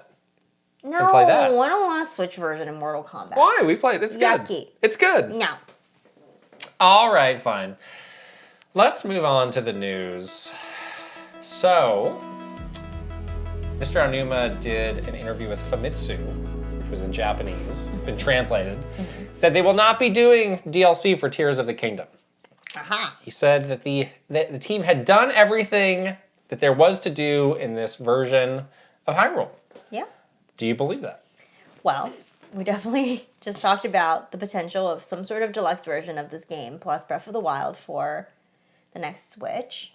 So I do think if they are going to do anything, it might be like something super, super teeny. They could do it then. But I also do believe him when he says that he has done everything in this incarnation of Hyrule. I totally believe him, because I think they like, between these 2 games, Breath of the Wild and Tears of the Kingdom, it really feels like they've just squeezed every bit out of this game world, this engine, whatever. They could, really. I think that they probably feel highly satisfied with what they were able to accomplish across these 2 games. And we know Nintendo is very forward-looking. This team is very forward-looking. They're probably already thinking about new stuff for the next one and wanting to move on and do a whole different style. They're always like breaking the conventions. I think they want to keep doing that. So I believe him. Yeah, I'm glad they don't feel, forced to do this if it's not something that they creatively can back up. Right. Not every company would do this. They'd be like, no, okay, you are forced to make do it anyway. No, oh my God, don't make them do it. They don't want to. Right. But yeah, I do wonder. I mean, the point from this next story about them showing a souped-up Breath of the Wild, they're not doing that work for no reason. Right. Like, we've seen that happen. I mean, we can just transition to this next story too, because they kind of bleed into one another. Right. So all these people have come out and said that Switch 2 was shown at Gamescom behind closed doors to partners. A lot of little bits and pieces getting out. A lot of people said about the souped up Breath of the Wild. People have said there's a camera. People have talked about Final Fantasy VII Remake being a game. Now I'm seeing some people saying they showed the Unreal Matrix demo to show how that runs. And people were saying like, oh, this looks like a current gen system running this stuff.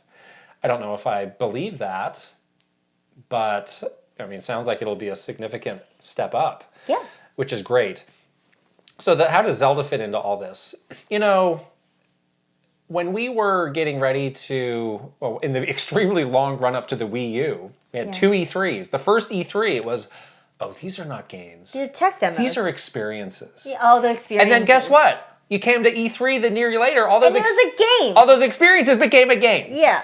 So they're not doing the work on these things no reason. to show off the system. If this is a great way to show off the system, you might as well sell it. Right. It sounds cool, right? Yeah. So I I don't think they're doing this strictly for these behind closed doors European demos. meetings. Yeah. I think I was a bit surprised that it was Breath of the Wild, but I think it implies, like we were saying, that it would be a double pack, which makes a lot of sense. That would be a cool package to have. Yeah, I would buy it. That would be awesome. Yeah. And yeah, especially if you can, transfer your save. And There's just maybe something a little extra. Pick up where you left off. Yeah, little extras, some little bells and whistles. Yeah, you don't need to do much. Sounds great. I think people would buy it. Some people seem surprised that they're showing off the Switch now. It's like I don't think this was the first time they've shown it off. I don't think so either. If this thing's coming out within 6 months, like it's about time. Yeah, it's way past time. If we're maybe 9 months, based on my math, if we're 9 months out, there's a lot of people making a game. It takes more than 9 months to make a game. Yeah, exactly. Right. Nintendo's been making a game probably for much longer than that, and they have partners probably making games. They're probably deep in that already. Yeah. Really. So I believe this. I think there's going to be more leaks coming out. Yeah. As, more people who are not inside Nintendo get closer to it and see it and learn things. So, yeah, we'll see if Nintendo does anything to sort of get ahead of more leaks happening. Yeah. I'm surprised at how little talk there was about the hardware itself, beyond the fact that there was a camera and the fact that the graphics look great. Yeah. On the form, maybe they didn't see the form factor. Or maybe the form factor is so the same that it's like almost like You'd still think that would warrant some sort of like confirmation. Right. And by the way, it looks the same. I don't know. Yeah. I feel like they may have done some subterfuge to like keep it like, you can't see it. We're just showing you maybe it just looks like we're just showing you the capabilities. Yeah, maybe they jammed it into a current right. switch. So it'll have the same hybrid functionality. It's like a black box. It's in a box. It's a black box. Just look at the TV, guy. Black box, yeah. Something like that. Yeah, could be. Yeah. Could be. Know. Sneaky. The camera, though, they must have seen that. They could have said that there's a camera. They could have said there's a camera. Oh, but they didn't show it to them? Big new feature is a camera. Oh, no. Right. Photo Dojo 2. Here we come. That was actually a pretty fun game. It's pretty fun. Gimmicks! It's gimmicky, but it was Gimmicks. Okay. Such a great gimmick. I think it sold for 99 cents or maybe free. It really was free. Great killer app. This next story is a surprise to nobody. E3 and ReedPop have separated. I don't know. So there's a lot. There were a lot of things that came out. So there's now no company set to produce E3. Apparently, the ESA has lost the LACC? agreement with the LACC. Yep, I saw that. For next year. Yep. But the ESA let it know that they are working on a complete reinvention of E3 for 2025. Oh my gosh. And they have this quote from Stanley Pierre-Louis, who's the head of the ESA. While the reach of E3 remains unmatched in our industry, we are continuing to explore how we can evolve it to best serve the video game industry and are evaluating every aspect of the event from the format to the location. We are committed to our role as what is this word? Convener? Oh, I was like governor, like governor? Choose another word, guy. For the industry and look forward to sharing news about E3 in the coming months. Oh, how many times have we had this statement over the last couple of years? E3 in the coming months. No. Just and stop. then Jeff Keighley with his draft. He immediately had it. Summer Game Pass is confirmed for 2024. Oh my gosh.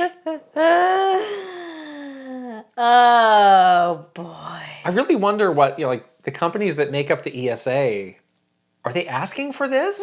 No, they must not. Is the ESA like, hey, let us pitch you on our big new idea? They don't need this. Who wants to go through this again? Nobody. No one's there. And everybody to a room of what, 2 companies? Everybody this year came to their own conclusions about what to do. They did fine. If there's not an E3 next year, they'll have more freedom and more time to plan something. Exactly. Which will probably do even better. Yes. I think this was the realization this year. It's like, yeah, we actually we don't need this anymore. We have moved beyond We're fine. this. I'm confused. Big reinvention for 2025, though. Okay. Well, I'll believe it when I see it. Yeah. I'll believe it when I see it. Stop. Just stop. It's so weird and desperate. Last story was a bit of a surprise. Oh no. Donald Mustard. On our list of one of the most influential people in gaming. Yeah, Stepping down. He was the chief creative officer at Epic. He is stepping down. He was, when we made our list earlier in the year, of the top 10 most important people in gaming, he was on the list. We have an opening. Now we have an opening. Who is it going to now? be? Who is it going to be? I don't know. I don't either. But, I just got the sense that he's exhausted from this like it, yeah. hamster wheel of Fortnite for however many years it's been. Yeah, yeah. And I'm sure. just needs a break. Yeah. I don't know how they're able to do that as rapidly and as often as they can, of just refreshing or changing or And they adding have these more stuff to huge Fortnite. partnerships too, like these Yeah. massive, really tough to negotiate partnerships. I think is probably really tough. And it's just making so much money that's like you can't stop. Like Yeah, all you can do is quit. You're just like stuck. Right. Yeah. Right. So I think that's probably a super hard team to be a part of, and good for him for holding on for as long as he did. Mm-hmm. With something that big, it's like, will anybody notice the difference? Is this thing too big to fail? Can the next guy or Who can gal muck it up? just step up and keep the machine going? I don't know. Yeah, who is the next person? We don't know yet. Right. So. But he's got a pretty. He mentions like some games that he was on, like Shadow Complex and Infinity Blade. He's had an interesting career. Yeah, he's I wonder, been like around. He's not that old either. I wonder where he might resurface after he gets a little breather. He needs a break, and Right. he maybe just needs to move on to a different thing because it is probably tough to do this Right. day in and day out for as long as I don't like this thing at the end though. Like, I'm excited to spend time with my wife and family. So can't you just say like I'm exhausted instead of like making up like, oh, I really. Maybe he really wants really to looking- spend time with his wife and family. All right. Jeez. I don't know. People like their A lot of wives times, and families. a lot of times that gets thrown out there as like, oh, this is the reason I'm leaving, and then like 2 weeks later, I've taken a position as the head whatever at such and such. Like we've seen this happen ourselves, where it's Well, like, I hope he does take a break. don't make this your backdoor reason for leaving a job that you didn't want to be at, or because you got some hot new thing coming. I don't like that. Maybe he is tired and he just. I'm sure he is. Yeah. All right. I hope that he does take a break, regardless of what. He should. Everyone deserves a break, and he seems like he needs one. So I agree. Take a year off, Donald Mustard. Do it. Do it. Spend time with your wife and family. Hang out for a year. That sounds nice. But yeah, I wonder what's going to happen next. That's the news. It's kind of a lot of news. There was a lot. There's more than It was that. tough this week making the cut for the Yeah. news. I think there will be other things we might be talking about later this week too. Let's get into questions from our community. They are always sourced from our Patreon subscribers. The first is from Ale Alejandro. Hey, Kit and Krysta, similar to Microsoft having the Microsoft Theater in LA, no more. No more. It's the Comcast, Peacock? Peacock Theater. NBC? Crypto.com. No, I think it's the Peacock Theater. And Sony having the Sony Hall in New York. Did Nintendo ever have discussions around buying the naming rights for a stadium, arena, theater hall, etc. as another form of marketing? Do you think this is something they would do in the future as they expand beyond games, as they've been doing recently with movies and theme parks? If so, where do you think would best suit a Nintendo-branded location, and what kind of building would it be? For example, a stadium, arena, etc. There has been some discussion when we were at Nintendo about like anything to do with the Mariners.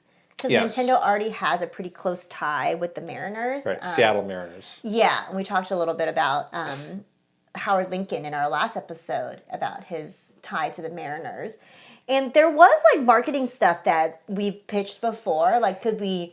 It used to be you could order food through a DS. Yeah, right? there was that. We tried to do something for Sluggers where we like would brand the stadium and stuff like that. So there was like stuff, nothing permanent, just sort of per game. So that's a little bit different because they were like an owner of the team. Right. Oh, I think Mario threw the first pitch once as cool. well, which was really cute. Really cute. Yeah.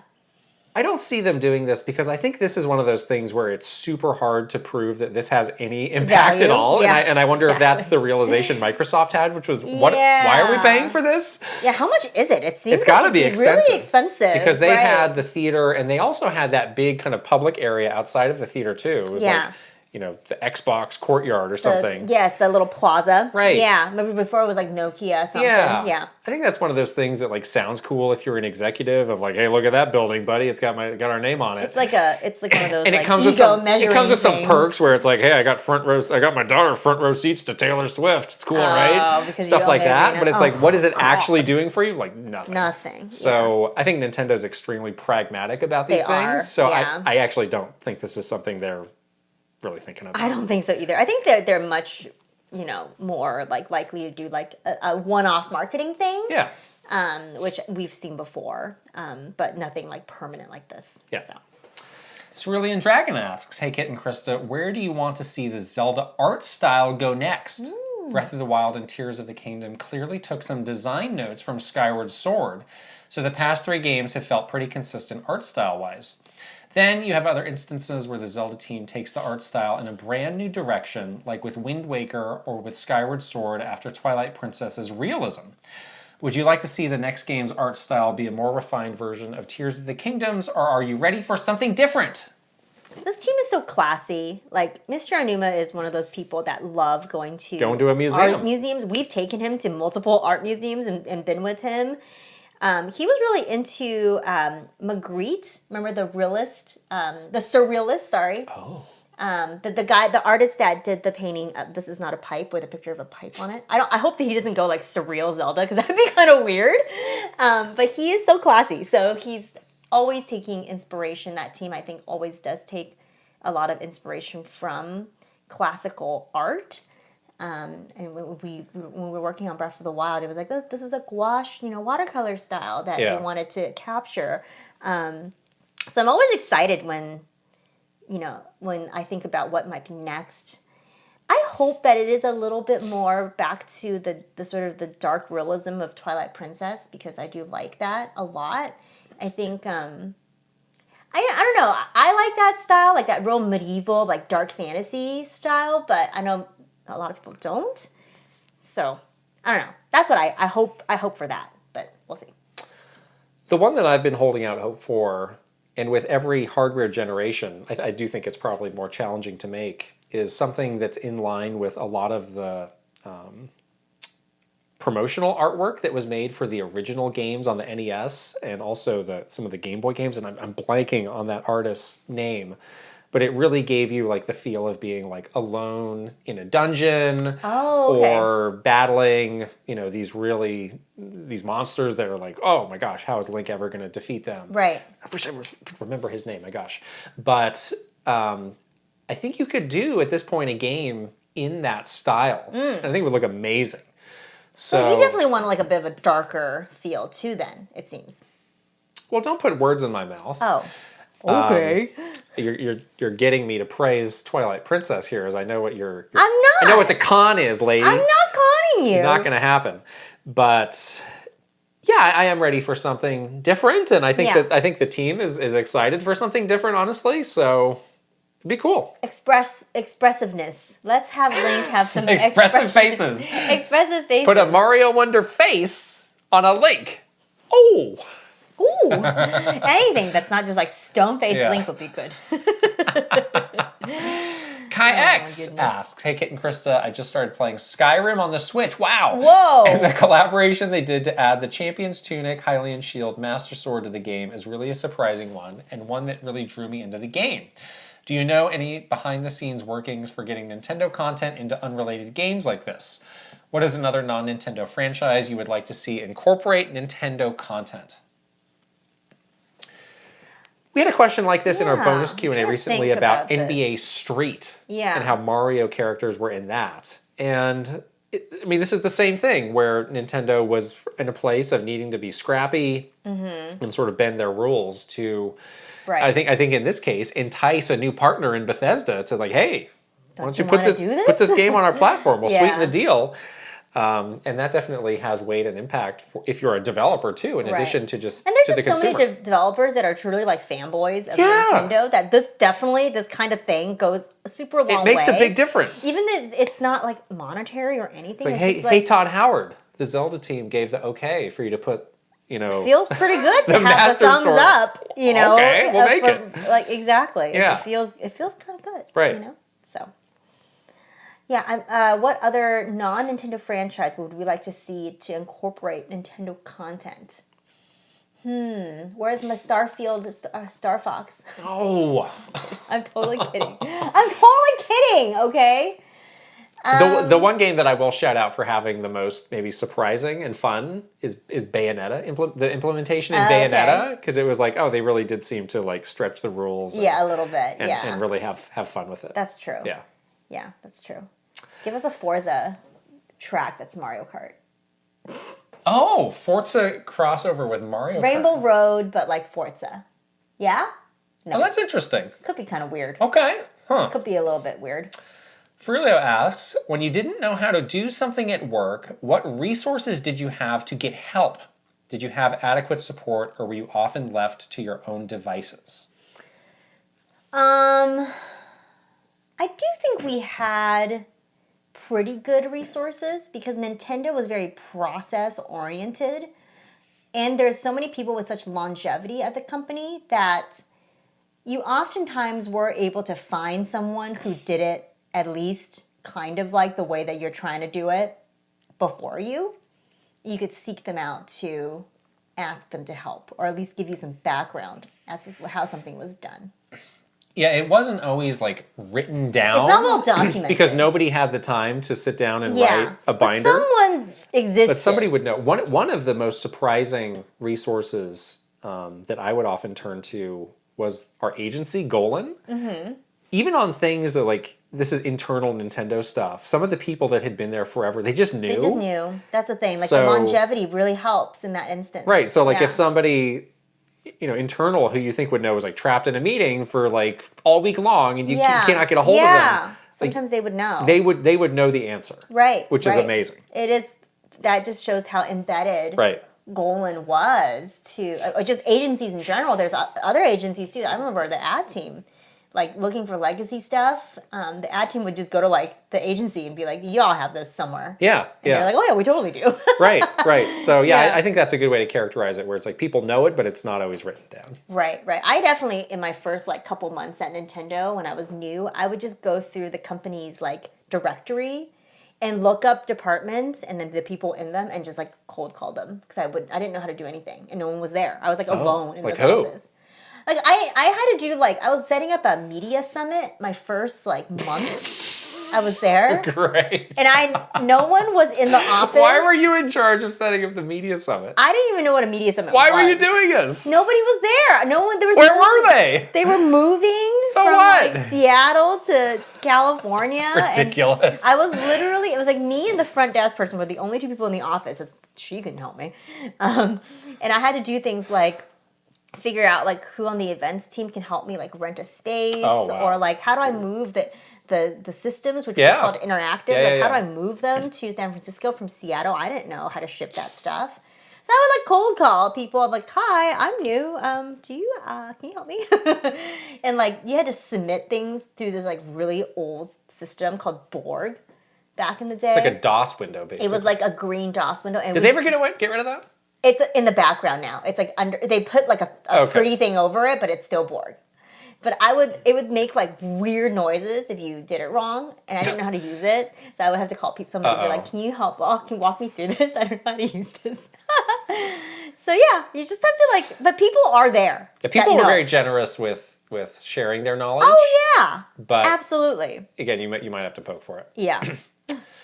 Maverick Nate asks, hi there, I just saw that Pikmin 4 surpassed 700,000 units sold in Japan, and many news outlets are calling this a huge success. Do you think this is a huge success? Does Nintendo? What do you think the forecast goal, stretch goal, etc. was for this game? Thanks, as always.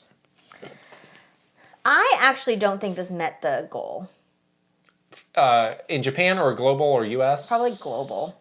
Really? I don't think so. I think they had higher hopes for this game.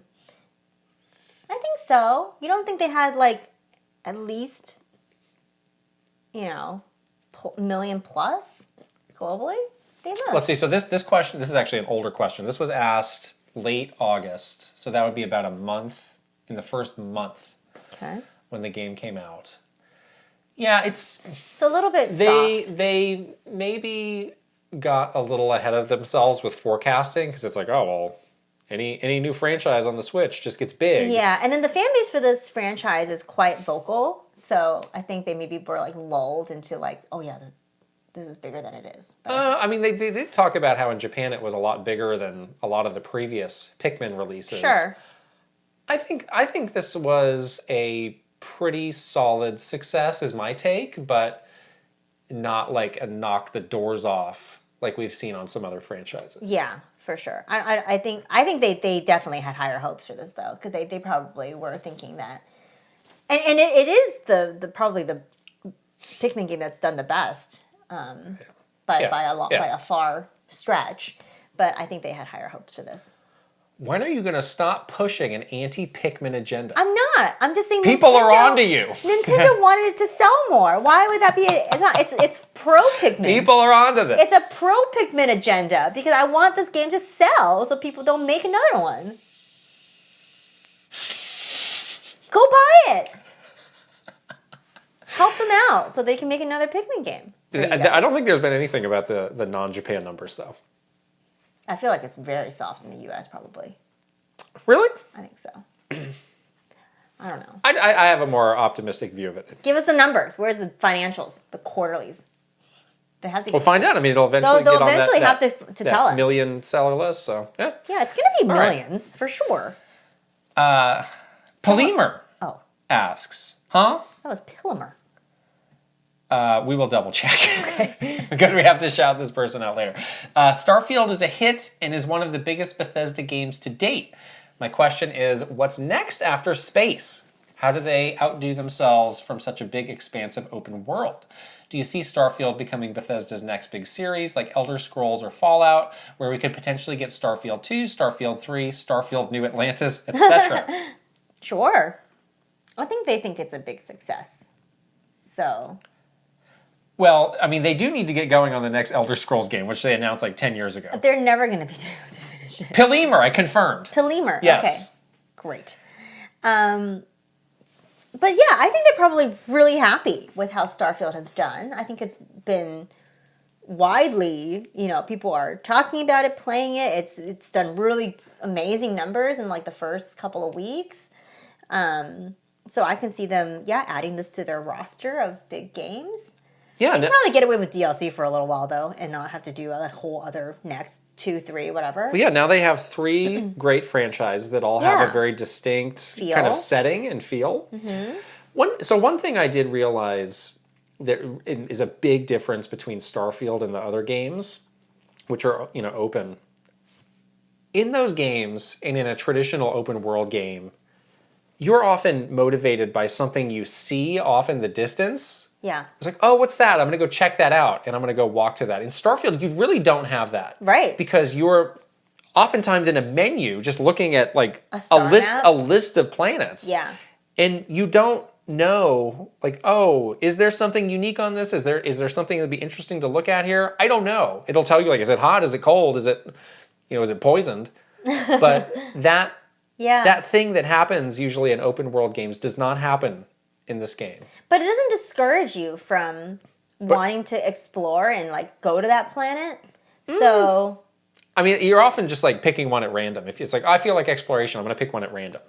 So I wonder, like, is there some... I do think there's a lot of room for them to iterate on the ideas of Starfield. And that's one of the things that I realized I was missing as I went to Baldur's Gate, which is not an open world game at all, but I was motivated by things I was just seeing off in the distance. I would like to be out of a menu a little bit more. Yeah. I feel like I'm deep in a menu all the time. The thing that I was saying from day one. Why are you coming towards me? What you could do in No Man's Sky, take off in the ship, have control over that, fly through the atmosphere into space. I want to do that. The atmosphere. I want to fly through the atmosphere. Okay. And then, but if you could just fly over the planet and just see, like, that solves for that. It's like, oh, what is that? Let's land. Let's go check that out. Versus just menu. Yeah, the menus are so slick and beautiful, but they do get to be a bit of a slog after a little while. But yeah, to answer the question, not to hear your complaints, I do think that we could potentially see more Starfield. I think this is going to be like another pillar of Bethesda's hit IP. And I hope that they iterate on it, and I hope they make it better, because it's already pretty great, so they can only go up from here. I do want the next Elder Scrolls, though. Okay. Good. Because you got fantasy, you have sci-fi, and you've got like dystopian future stuff. Yes. It's pretty good. They got it covered. I usually feel like I am pretty equal on sci-fi versus fantasy. I'm in a fantasy mood now, though. You are? Yeah. I'm usually more fantasy than sci-fi. Usually. I always prefer like the dark fantasy over anything else. Yeah. So of course I love Elder Scrolls. But I go back and forth on it. Yeah, you seem to like sci-fi more generally. It's hard to tell. Yeah. But it's a great place for them to be, having these free franchises, and hopefully they can plan out what they want to do in the future, where they can. I mean, you can't support them all at once, but right, that's the thing. It's like all of these massive games. Not have one completely fall out of people's minds for like a decade. To like have some sort of rolling system where like Elder Scroll comes out, and then like 3 years later you get Starfield. And it's been over a decade since Skyrim came out. Can you believe that? No. Yeah. That's incredible. So how did that happen? Well, because these games are just so big. Too big. Yeah. Too big. And they got very focused on Fallout. Yeah, they did. So I think that's and maybe that's something Xbox can help them with, is like, how can we keep these all vibrant and not have it be like an Animal Crossing situation where it's like the only way to do it is every 10 years. Yeah, if that. Yeah. Yeah. Last question's from Silphco. As of today, and this is another rather old question that I had forgotten about and picked up. Okay. It was a good one. As of today, 2 of Jeff Keighley's major live shows have now experienced strange, unforeseen interruptions on stage. So he did Gamescom. I know, and that person somebody ran up on stage. and asked for Grand Theft Auto, right? Yeah. Despite that, he's managed to keep completely calm and collected as it all was going down. He's like such a professional. This has got me thinking, have you, or perhaps anyone you've worked with, ever had to deal with some kind of awkward interference during a live event? It could be anything ranging from technical difficulties to someone presenting going off the rails, or maybe a surprise visit from an unwanted individual. Internally, I would be panicking in moments like that. How do you keep your cool in those moments when something goes wrong in real time? Thanks. Your famous amiibo moment. Yeah. That is it like kind of is that. That was that. Right. It was a huge unforeseen technical difficulty, Yeah. that caused you to have a moment of frozen expression, and then you had to move on. Yeah, I mean, I've seen some people saying like, "Oh, Jeff Keighley doesn't care about the security, so this keeps happening." I think, TGA's is his event. He has control over that. Yeah, Gamescom is not his event. is not his event. Yeah. That's something, where he's hosting an event on behalf of Gamescom. So I'm ready for the Game Awards this year to be like Fort Knox. Oh my gosh. He's gonna have down. He's gonna have like a row of security guards against the stage. But I mean, this is like a really serious thing. It's very dangerous. It could go wrong and not be so funny very quickly. Yeah. So you don't want there to be like the one thing that happens is like, oh my gosh, from now on we have to do this. It's like people should be thinking about this as part of their events. Yeah. And hopefully people don't have it as an afterthought. Yeah. Where it's like, oh my gosh, we're just rushing, trying to get this thing done. Who's got time for security? Let's just hope nothing happens. Hope for the best. Yeah, right. Exactly. Which I imagine does happen. Yeah. We know how down to the wire and slipshot some events can be. Oh my gosh, yeah. And there's just so much to do in such a short amount of time. And there's so many little details to keep track of. Exactly. In the wrong hands, it can be an afterthought. Yeah. He will make sure that it is not an afterthought. But other examples of this that we've had to deal with. I don't think we've done plenty of live shows. We've done plenty of stage we events. did talk about the E3 where they had the technical difficulty with the Skyward Wii Sword, remote? with the Wii remotes, and they kind of did their best to muddle through that, but it was not the best. It was not the best, yeah. Yeah. I do, Nintendo's pretty good with security, though. Every executive that is at an event like E3 or anywhere public, they would always have their own security detail. So they were very, very, they took it very seriously in terms of, making sure the executive team were, they had, bodyguards, basically, go along with them. I was always surprised, though, at the difference in security between any other Nintendo office and ours in Redwood City, where you could just walk through the door, and sometimes there was nobody at the front desk, and you could just walk in.